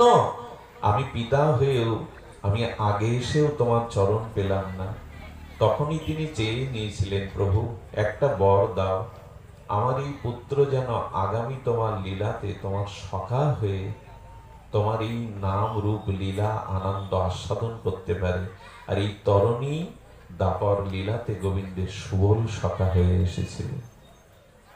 এই কথা বলবার উদ্দেশ্য কি, মা মা নয় যদি সন্তানকে এই মৃত্যুময় সংসার সাগর থেকে উদ্ধারের চেষ্টা না করে, পিতা হয়েও পিতা নয় যদি মৃত্যু থেকে সন্তানকে উদ্ধারের চেষ্টা, গুরু হয়েও তিনি গুরু নন যিনি শিষ্যকে এই কাল কবলিত মৃত্যু থেকে উদ্ধার না করতে পারে। কি বড় শ্লোক ভাগবতে। পিতা হয়েও পিতা নয়, দেবতা হয়েও দেবতা নয়, আত্মীয় স্বজন হয়ে তিনি আত্মীয় স্বজন নন। যে আমাকে কৃষ্ণ বিমুখ করে, যে আমাকে কৃষ্ণ চরণ থেকে দূরে সরিয়ে নেয়, তাই নিবেদন করব আমাদের জীবন ভগবান, ওই যে মনমনা ভব, এই শ্লোকটি বড় মার্মিক শব্দ। এই শব্দটি আমাদের মনটা ভগবানকে দিতেই হবে। এই মন এমনি এমনি যাবে না, মন যেতে চায় না। এই দুর্জয়, এই জন্ম জন্মান্তরের কুসংস্কারচ্ছন্ন মন প্রবৃত্তির দিকে যেতে চায়, ভগবানের দিকে সেই দিনই যাবে আমাদের মন, যেদিন আপনারা সাধু কৃপা পাবেন, মহৎ কৃপা পাবেন। এবং মহৎ মুখে সাধু সঙ্গে হরিকথা শ্রবণ কীর্তন যত যত হতে থাকবে, তত আপনার মনের গতি ভগবানের দিকে ছুটবে। ওই যে মদ গুণ শ্রুতি মাত্রেন মহি সর্ব গুহাশয়ে মনর গতি অবিচ্ছিন্ন যথা গঙ্গাব সহম্বুদ। ভাগবত বললেন, আমার মদ গুণ শ্রুতি মাত্রেন, আমার গুণগাথা সাধু মুখে যেই শ্রবণ করবে, মনের গতি আমার দিকে ছুটবে। নদী যেমন সমস্ত প্রতিকূলতাকে এড়িয়ে সমুদ্রে তার মেশা চায়, সমুদ্রে তাকে পৌঁছানো চায়, তেমন আমার গুণগাথা সাধু মুখে শ্রবণ করলে তো মনের গতি ছুটল ভগবানের দিকে। এই উপায়, যেখানে দেখবেন হরি কথা নাই, মহৎ সঙ্গ নাই, ভাগবত গুণকীর্তন নাই, সেখানে ভক্তি প্রগতি থেমে গেছে। এই জন্য অনুরোধ করব, আমাদের জীবনে ভাগবত একান্ত প্রয়োজন। ছিন্নান্ত সকতা কৃষ্ণ পূর্ণ শ্রবণ কীর্তনে। আরে ভাগবত শ্রবণের মহিমা খটাঙ্গকে দিয়েই সুখদেব গোস্বামী বলছেন, রাজা তুমি বলছো 7 দিন পরমায়ুতে আমি দুর্লভ গোবিন্দ চরণ পাবো কিনা? 7 দিন নয়, 7 ঘন্টা নয়, 1 ঘন্টাও নয়, আমি যদি 1 মুহূর্ত তোমার কানে এই অমীয় গোবিন্দ গুণগাথা প্রবেশ করাতে পারি, তাহলে গোবিন্দ চরণ তুমি পাবেই পাবেই। 1 মুহূর্ত যদি তোমার কানে আমি এই কথা দিতে পারি, এত শক্তিশালী সাধুমুখে এই ভাগবত কথা। খটাঙ্গ রাজার দৃষ্টান্ত দিয়েছিলেন, অসুরদের পরাজিত করে দেবতাদের জয়ী করেছিলেন এই বীর্যক্রম খটাঙ্গ রাজা। দেবতারা তাকে বধ দিতে চাইলে বলেছিলেন, আমরা মুক্তি দিতে পারি না, গোবিন্দচরণ দিতে পারি না, তবে আপনার আয়ু বলে দিতে পারি। খটাঙ্গ বুদ্ধি করে জিজ্ঞাসা করেছিল, আমার আয়ুটা জানিয়ে দাও। দেখুন, আয়ুর কথাটা মনে রাখা উচিত, আর কতদিন আছি, আর কত সময় আছি, কিন্তু এটা আমরা ভুলে থাকি। খটাঙ্গ ছিল ভক্ত, উনি বললেন, দেখুন আমার আয়ু কত দেবরাজ ইন্দ্র? বললেন, মাত্র ঘন্টাখানিক 2 দণ্ড এরই সামান্য আয়ু আছে তোমার। তখনই উনি চেয়েছিলেন যে আমি পৃথিবীতে ফিরে যেতে চাই, এই ভূখণ্ডে বসে আমি গোবিন্দকে মন প্রাণ উজাড় করে স্মরণ করতে চাই। আর এইটুকু স্মরণের দ্বারা খটাঙ্গ গোবিন্দ চরণ পেয়ে গেল। বেশিক্ষণ লাগে না, কিন্তু মনটা তো তাকে দেওয়া চায়, ভগবানে তো মন অর্পণ করা চায়। আর এই মন অর্পিত তখনই হবে যখনই আপনি হরিকথা শুনবেন। আপনাদের মনে আছে কানাই বলাই ব্রজে তারা গোষ্ঠে ক্ষুধার্ত হয়ে আর ক্ষুধার অন্ন সকাদের পাঠিয়েছিলেন ব্রাহ্মণ পল্লীতে, যেখানে ব্রাহ্মণরা যজ্ঞ করছে। ওখানে ওই যজ্ঞ অগ্নিতে তারা আহুতি দেওয়ার জন্য পরমান্ন তৈরি করেছে, দধি রয়েছে। বললে ওদের কাছে গিয়ে বলো কানাই বলাই ক্ষুধার্ত গোষ্ঠে দিয়েছিল ব্রাহ্মণরা, বরঞ্চ লাঠি তুলেছিল। কোথার কানায় কোথায় বলায়। আচ্ছা, ওরা কৃষ্ণকে চিনতে পারল না কেন? যারা যাজ্ঞিক ব্রাহ্মণ যজ্ঞ করছে, দেবতার মুখে পরমান্ন দিচ্ছে, তারা কৃষ্ণের কথায় বলরামের কথায় গেলই না, প্রসাদও দিল না, বরঞ্চ তিরস্কার করলো। শাস্ত্র জানলেই তাকে জানা হয়, পণ্ডিত হলেই তাকে জানা হয়।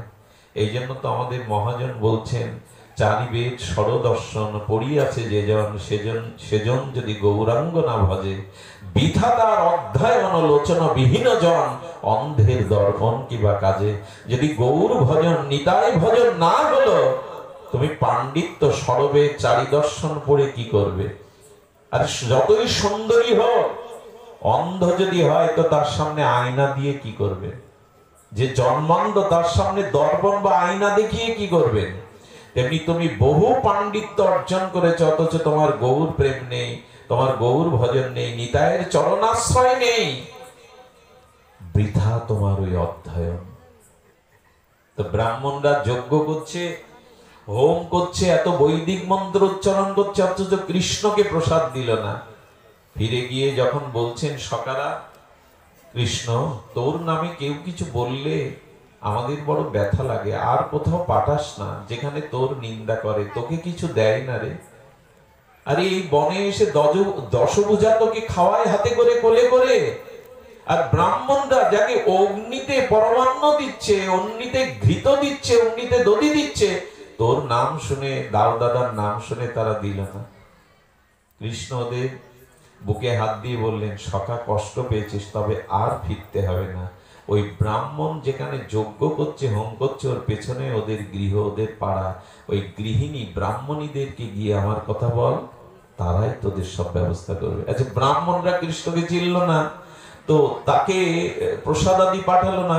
ওরা পাঠাবে কেন? পাঠাবে জানেন? যেই শুনলো ব্রাহ্মণীরা সমস্ত অন্নের থালা যা কিছু রন্ধন সব সাজিয়ে চলেছে, তারা থালা ঢাকা দিয়ে আজ বনে গমন করছে। কেউ কেউ তাদের স্ত্রীকে চুলির মুঠি ধরে আটকে দিয়েছিল, কিন্তু আজকে বলেছিল, তোমরা ছায়া স্বামী, তোমরা মৃত স্বামী। আর যদি প্রাণপতি গোবিন্দ আমাদের হৃদয়ে আত্মারূপে না থাকতো, তোমাদের গলায় আমরা মালা দিতাম না। ভালো করে শুনুন, যদি হৃদয়ে আত্মারূপ গোবিন্দ না থাকে, তো মরা যুবকের গলায় সে যুবরাজ হলে কেউ মালা দেবে?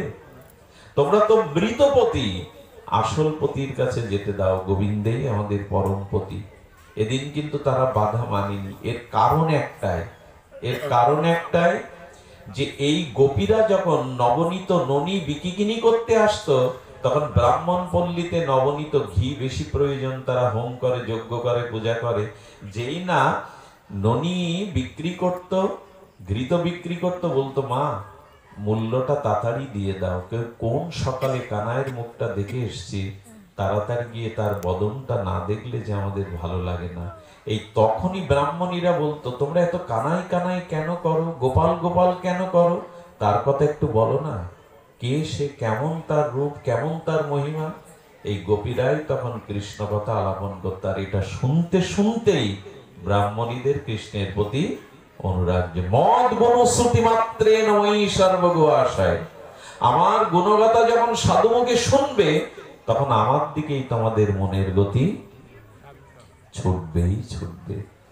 এই জন্য অনুরোধ করি, আসুন আমরা ভাগবত শ্রবণ করি, অনেকেই বলে কি আমি বাবা আজকাল নেটে শুনি, নেটে শুনুন, আপত্তি নেই, এটা একটা যন্ত্রের মাধ্যমে শোনায়, তবে সাধু সঙ্গে এসে হরিকথা না শুনলে ভক্তি সঞ্চারিত হবে না। নেটে তো অনেক কিছুই হচ্ছে, এখন নেটেরই দুনিয়া, প্রযুক্তির দুনিয়া। আচ্ছা, আমাকে যদি এই বাড়িতে বৈষ্ণব সেবার নিমন্ত্রণ করে, আমি যদি বলি আজ আমি আসতে পারছি না, তো ভিডিও কল করে যদি বলে এই নিন আপনার জন্য সব সাজানো পান, তো ভিডিও কলে পাওয়া যাবে তো? গঙ্গাকে যদি আপনি টিভির মধ্যে দেখেন, ওতে আঙুল ভিজানো যাবে? এই জন্য যন্ত্রে নয়, সাধুদের মধ্যে বসে হরিকথা শুনতে হবে। কৃষ্ণ ভক্ত সঙ্গ করি, কৃষ্ণ ভক্ত অঙ্গ হেরি, শ্রদ্ধান্বিত শ্রবণ কীর্তন। কেন জানেন? ওই যে সাধু হৃদয়ে যে ভজন অনুভূতি আছে, ওদের মধ্যে বসে শুনলে একজনের অনুভূতি অন্যের মধ্যে সংক্রামিত হয়, সঞ্চারিত হয়। এই জন্য আসুন, আমরা যে শ্লোক দিয়ে শুরু করেছিলাম যে আমাদের সকল ক্লেশ, সকল যন্ত্রণা, সকল কষ্ট, সেটা কৃষ্ণ বিরহ, ভাগবত বিরহ, আর এই জগতের শোক, তাপ, জরা, ব্যাধি, দুঃখ সবই গোবিন্দ চরণ আশ্রয়ের মাধ্যমে আমাদের এই যন্ত্রণা, এই ভয় বিরচিত ভয়ং, এই ভয় দূর হবে। নির্ভয়তা আর কোথাও নেই। আপনাদের মনে আছে সেই শ্রী গোবিন্দ যখন কালীয় দমন করে নিশীতে ওখানে ছিলেন কালীয় দহে, সেই রাত্রে আগুন লেগে যায় ব্রজে। মধুমঙ্গলকে কৃষ্ণ বলছে, মধুমঙ্গল চোখ বন্ধ কর। মধুমঙ্গল বলছে না, তুই কি করবি আমি দেখতে চাই। বলে চোখ বন্ধ কর, চোখ ঝলসে যাবে। বললো যাক আমি দেখবো। মধুমঙ্গল চেয়েছে, দেখলেন আগুনগুলিকে ধরে ধরে কৃষ্ণ খাচ্ছে ব্রজবাসীদের বাঁচাবে বলে। জগতে প্রমাণ হলো আমাদেরও চারিদিকে এখন আগুন লেগেছে, রোগ, শোক, চিন্তা, জরা, ব্যাধি। এই আগুন গোবিন্দ ভক্তের জন্য নিজে ভক্ষণ করলেন। ভক্তের জন্য তিনি কি না পারেন।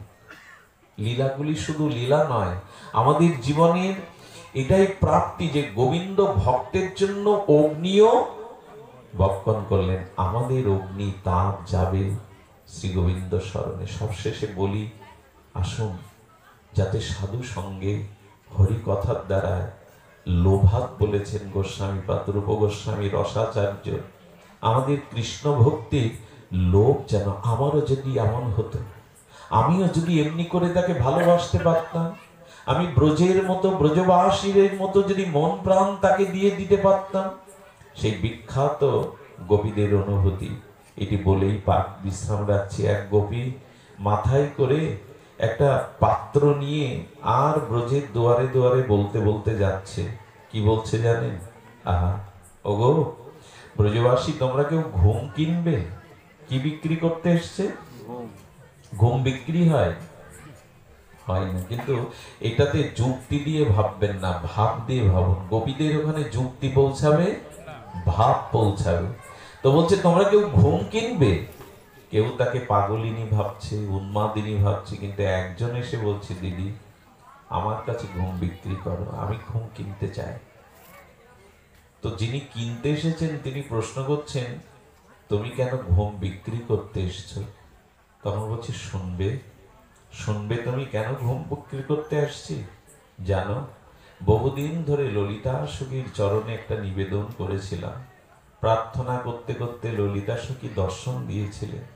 ললিতাকে বলেছিলাম, ললিতা, ব্রজেই জন্ম হলো, আর ব্রজেই যদি ব্রজনাথকে একদিন কুঞ্জে না পায়, তাই আমি কুঞ্জ সাজিয়ে অপেক্ষা করব, তোমাদের শ্যাম সুন্দরকে এক মুহূর্তের জন্য নিশীতে আমার কুঞ্জে পাঠিও। ললিতা আমাকে বর দিয়েছিল, শ্যাম সুন্দরকে তোমার কুঞ্জে পাঠাবো, তুমি কুঞ্জ সাজিয়ে প্রতীক্ষা করো। জানো, মনের অনুরাগ দিয়ে আমি কুঞ্জ সাজিয়ে আসন পেতে গোবিন্দের জন্য, প্রাণনাথের জন্য, ব্রজনাথের জন্য প্রতীক্ষায় ছিলাম।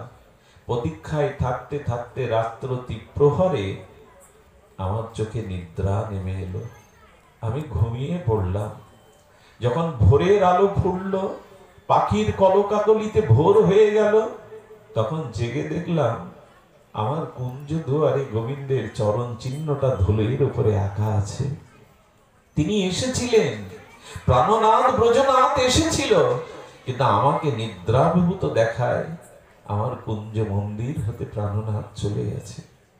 সেই থেকে প্রতিজ্ঞা করেছি, আজ ঘুমানোর জন্যই তো তোমাকে হারালাম, এই জীবনে আর কখনো চোখে চোখ দিয়ে ঘুমাবো না। তাই আমি ঘুম বিক্রি করতে এসেছি, কেউ ঘুম কিনবে? ঘুমালেই যদি তাকে কুঞ্জ হতে হারাতে হয়, আর কখনো আমি ঘুমাবো না। আচ্ছা, তুমি ঘুম কেন কিনতে এসছো? বলো, তোমারও যা কারণ আমারও সেই একই কারণ। যেন সারাদিন গোবিন্দের চিন্তা করতে করতে রাত্রে নিশীতে ঘুমিয়ে পড়েছিলাম। ঘুমের মধ্যে দেখলাম আমি গোবিন্দের গলে মালা পরাচ্ছি। যেই মালা পরাতে যাব আমার ঘুম ভেঙে গেল, মালা আর পরানো হলো না। তাই সেদিন থেকে মনে করেছি, যদি জাগলেই তাকে হারাতে হয়, ঘুমের মধ্যেই তাকে পাওয়া যায়, আজ থেকে আর জাগবো না, ঘুমিয়ে থেকেই তাকে দেখব। তাই ঘুম কিনতে এসেছি। এটা যুক্তি দিয়ে বিচার করবেন না, এটা ভাব রাজ্যের কথা, তো প্রেম রাজ্যের কথা তো এখানে যুক্তি না, এখানে ভাবটাই প্রধান। একজন ঘুম বিক্রি করতে এসছে আর একজন কিনতে এসছে, তাদের ভাবনায় ঘুমালেই যদি স্বপ্নে তোমায় পায়, তবে আমার জাগার থেকে ঘুমই ভালো। আর ঘুমালে যদি তোমাকে না হারাতে হয়, তবে আর আমি কখনো ঘুমাবো না। এই জন্য গোপীদের ভাবনা কিছু আলাদা। গোপীরা উত্তর গোষ্ঠ থেকে সেই গোখুর উত্থিত ধুলিতে গোধূলি কালে যমুনা পলিনে বংশীর ধ্বনি শুনে গোপীরা চলে আসতো। তাদের নয়ন যেন ভৃঙ্গ ভ্রমরের মতো করে তারা অপেক্ষা করত সেই ত্রিভঙ্গ মুরারি মুরলীধারী শ্যাম সুন্দর যমুনা পলিনে ওই গোখুর উত্থিত। আর কৃষ্ণ উত্তর গোষ্ঠ থেকে আসতে হয়ে শ্রান্ত দেহে তার ঘর্মাক্ত হয়ে যেত। তার কালো চুলগুলি না, কেশগুলি না, কুন্তলগুলি না ঘাম লেগে যেত। আর গোখুর উত্থিত ব্রজ রজগুলো এসে ওই যে শ্বেত ঘর্মে মিশে এক অপরূপ রূপ মহিমা সৌন্দর্য অবলোকন করত গোপীরা। গোপীরা বলতে এই নয়নের সার্থকতা এই রূপ দর্শনে। এই নয়ন ভরে যদি ওই ত্রিভঙ্গ ঠামকে না দেখি, এ চোখের কোনো সার্থকতা নেই।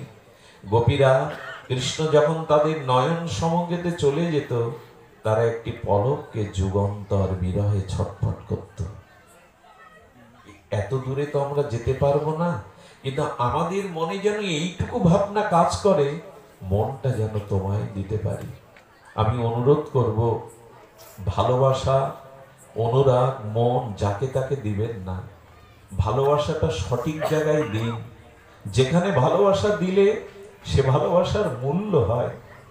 সংসারকে ভালোবেসে জগতে কাউকে কিছু দিয়ে কোনো কিছু পাবেন না, আজ পর্যন্ত কেউ পায়নি। তবে হ্যাঁ, সংসার আছে, স্ত্রী পুত্র আছে, পিতামাতা, কুটুম্ব, সামাজিকতা, পারিবারিকতা, কর্তব্য পালন করুন, কিন্তু ভালোবাসাটা ভগবানকে দিন, নাহলে ঠকে যেতে হবে। সবার প্রতি কর্তব্য পালন করুন, কর্তব্য আপনাকে করতে হবে, দায়িত্ব নিভাতে হবে, কিন্তু মনটা ভালোবাসাটা অন্যখানে দিয়েন না। দিলে কি হবে জানেন? দিলে এই হবে, মৃত্যুর পর টাকাগুলো ব্যাংকে বা সিন্ধুকে থাকবে, হাতের অলংকার গুলো হাতে থাকলেও খুলে নেবে, গোয়ালে গরুগুলো বাঁধা থাকবে, গাভীগুলো, আত্মীয় স্বজন শ্মশান পর্যন্ত যাবে, আপনার প্রিয় আসবাবপত্র না দিয়ে একটা মাটির কলসি তাও ভেঙে দেবে। এবং সব থেকে মর্মান্তিক কি জানেন? ওই চিতায় কলসি ভেঙে আর কেউ ওদিকে চাইবে না। দেখবেন সবাই বলে এবার ফিরে চলো। গোবিন্দ বলছেন, ওই দেখ, যাদের জন্য জীবন যৌবন উৎসর্গ করলে তারা বলছে ওদিকে আর ফিরে চেও না। গোবিন্দ বললেন, মৃত্যুর পরে সেই অন্ধকার পথে, রহস্যের পথে কে তোর হাত ধরবে সেদিন? জগতের কোন সম্পদ, জগতের কোন পরিজন আজ তো মুখ ফিরিয়ে নিল, কে হাত ধরবে তোর? গোবিন্দ তখন বলবেন, আমি আছি, আমি দীনবন্ধু, আমি তোর প্রাণের শরীর। হাত বাড়িয়ে ওপার থেকে গোবিন্দ বলবেন, আয় ঘরের ছেলে, ঘরে আয়। অনেক ভূতের বোঝা বয়েছি, ভূতের ব্যাঘাত খেটেছিস, আয় এবার ঘরের ছেলে, ঘরে আয়। তার কথা ভাববেন না।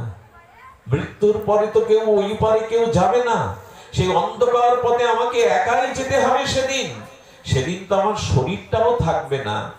সেদিন গোবিন্দই হাত বাড়িয়ে আমাকে তার চরণে নেবেন। এই জন্য তার আর এক নাম দীনবন্ধু। যেদিন কোনো বন্ধু নেই এ সংসারে, সেদিনই তিনি দীনবন্ধু হয়ে হাত বাড়িয়ে রইবেন। তার কথা ভাববো না। এই জন্য ভালোবাসা, মন, অনুরাগ যাকে তাকে দিবেন না। এই সংসারে ভুল জায়গায় ভালোবাসাটা গেলে না অভিশাপ নিতে হবে, আর আমরা অভিশাপই বয়ে বেড়াচ্ছি। এই জন্য ভালোবাসা, অনুরাগটা গোবিন্দকে দিন। এই জন্য তো গোবিন্দ বলছেন মনমনা ভব মদ ভক্ত মদ যাজিমাং নমস্কুরু। আমাকেই মনটা দাও, আমার মনের মতো হও। আপনারা দেখলেন কোন যুবক ছেলে মারা গেলে চিতাতে যখন পড়ে না, তখন ওই যে পুত্রকে ভালোবেসেছিল, ওই ভালোবাসাটা ভেতর থেকে পিতার বুকের থেকে বিদ্রোহ করে বলে, কেমন আজ প্রতিশোধ নিলাম তোমার। ওই বাবা কি বলে জানেন? চোখের জল পড়ে আর বলে, এই জগতে আর কাউকে ভালো, ওই যে পুত্র হারিয়ে প্রলাপ বকে যে আর কাউকে জগতে ভালো কেন বলে জানেন? ওই যে পুত্রকে যে ভালোবাসাটা দিয়েছিল গোবিন্দকে না দিয়ে, ওই ভালোবাসা তখন বিদ্রোহ করে বলে ওঠে, আমাকে আমার জায়গায় নিয়োগ করনি, তাই আজ প্রতিশোধ নিলাম। ভালোবাসাও বিদ্রোহ করে মাঝে মাঝে। তাই আসুন, ভালোবাসাটা যার চরণে দিলে এ জীবন ধন্য হয়। বিরচিত ভয়াং বৃঞ্চি ধৈর্যতে চরণ মিশোয়াং সংস্মৃতে ভয়াত। হ্যাঁ, গোবিন্দকে বললেন, তোমার করপল্লব যদি আমাদের মস্তকে দাও, সমস্ত জ্বালা জোড়াবে। আর তোমার চরণ যদি হৃদয়ে ধারণ করতে পারি, আমাদের সমস্ত দুঃখ যন্ত্রণা দূর হবে। আজ এইটুকুই। আমরা এখান থেকে যেন এই সংকল্প নেই, তিল তিল করে আমার হৃদয়ের অনুরাগটা যেন আমি গোবিন্দকে রাধারানীকে দিতে পারি। আজকের যে অনুষ্ঠান, তার অভিনব একটি ইচ্ছা, অন্য কোনো কারণ নয়। ইচ্ছা এইটুকুই যে বাড়িতে একটু ভাগবত শ্রী অঙ্গনে হবেন, বৈষ্ণবরা চরণধূলি দিয়ে তাকে আশীর্বাদ করবেন, এবং হরিকথা, বৈষ্ণবের আগমন, তাদের চরণধূলিতে তার যাতে উত্তরোত্তর ভক্তি ক্রমোন্নতি হয়, বৃদ্ধি পায়, এই প্রত্যাশায় আজকের এই ভাগবত। আপনাদের এই হারিয়ে ভাঙা গ্রামের নামটা রাধাকুণ্ডে পর্যন্ত চলে গেছে। বাংলাদেশে অনেক জায়গায় গেছি, আপনাদের এই অঞ্চলটা ব্রজধারা, শুদ্ধ ভক্তির একটা ধারা বহন করে। এখানে আমি অনেক জায়গায় গিয়ে শুনেছি, বিশেষ করে আপনাদের হাড়িভাঙা এই অঞ্চলটা শুদ্ধ ভক্তির প্রচার আছে, শুদ্ধ ভক্তির ভাবনা আছে। আপনারা এগিয়ে যান, আর আমার মতো নরকের নর্দমার বিষয় কীটকে একটু ধুলার চরণ ধুলি বাতাসে উড়িয়ে দিয়ে আমার মস্তকে দিবেন, যাতে আপনাদের শুদ্ধ ভক্তের চরণ প্রান্তে এমনি করে গৌর গোবিন্দ কথা আস্বাদনে ব্রতী হতে পারে। জয় শ্রী গুরু প্রেমানন্দে।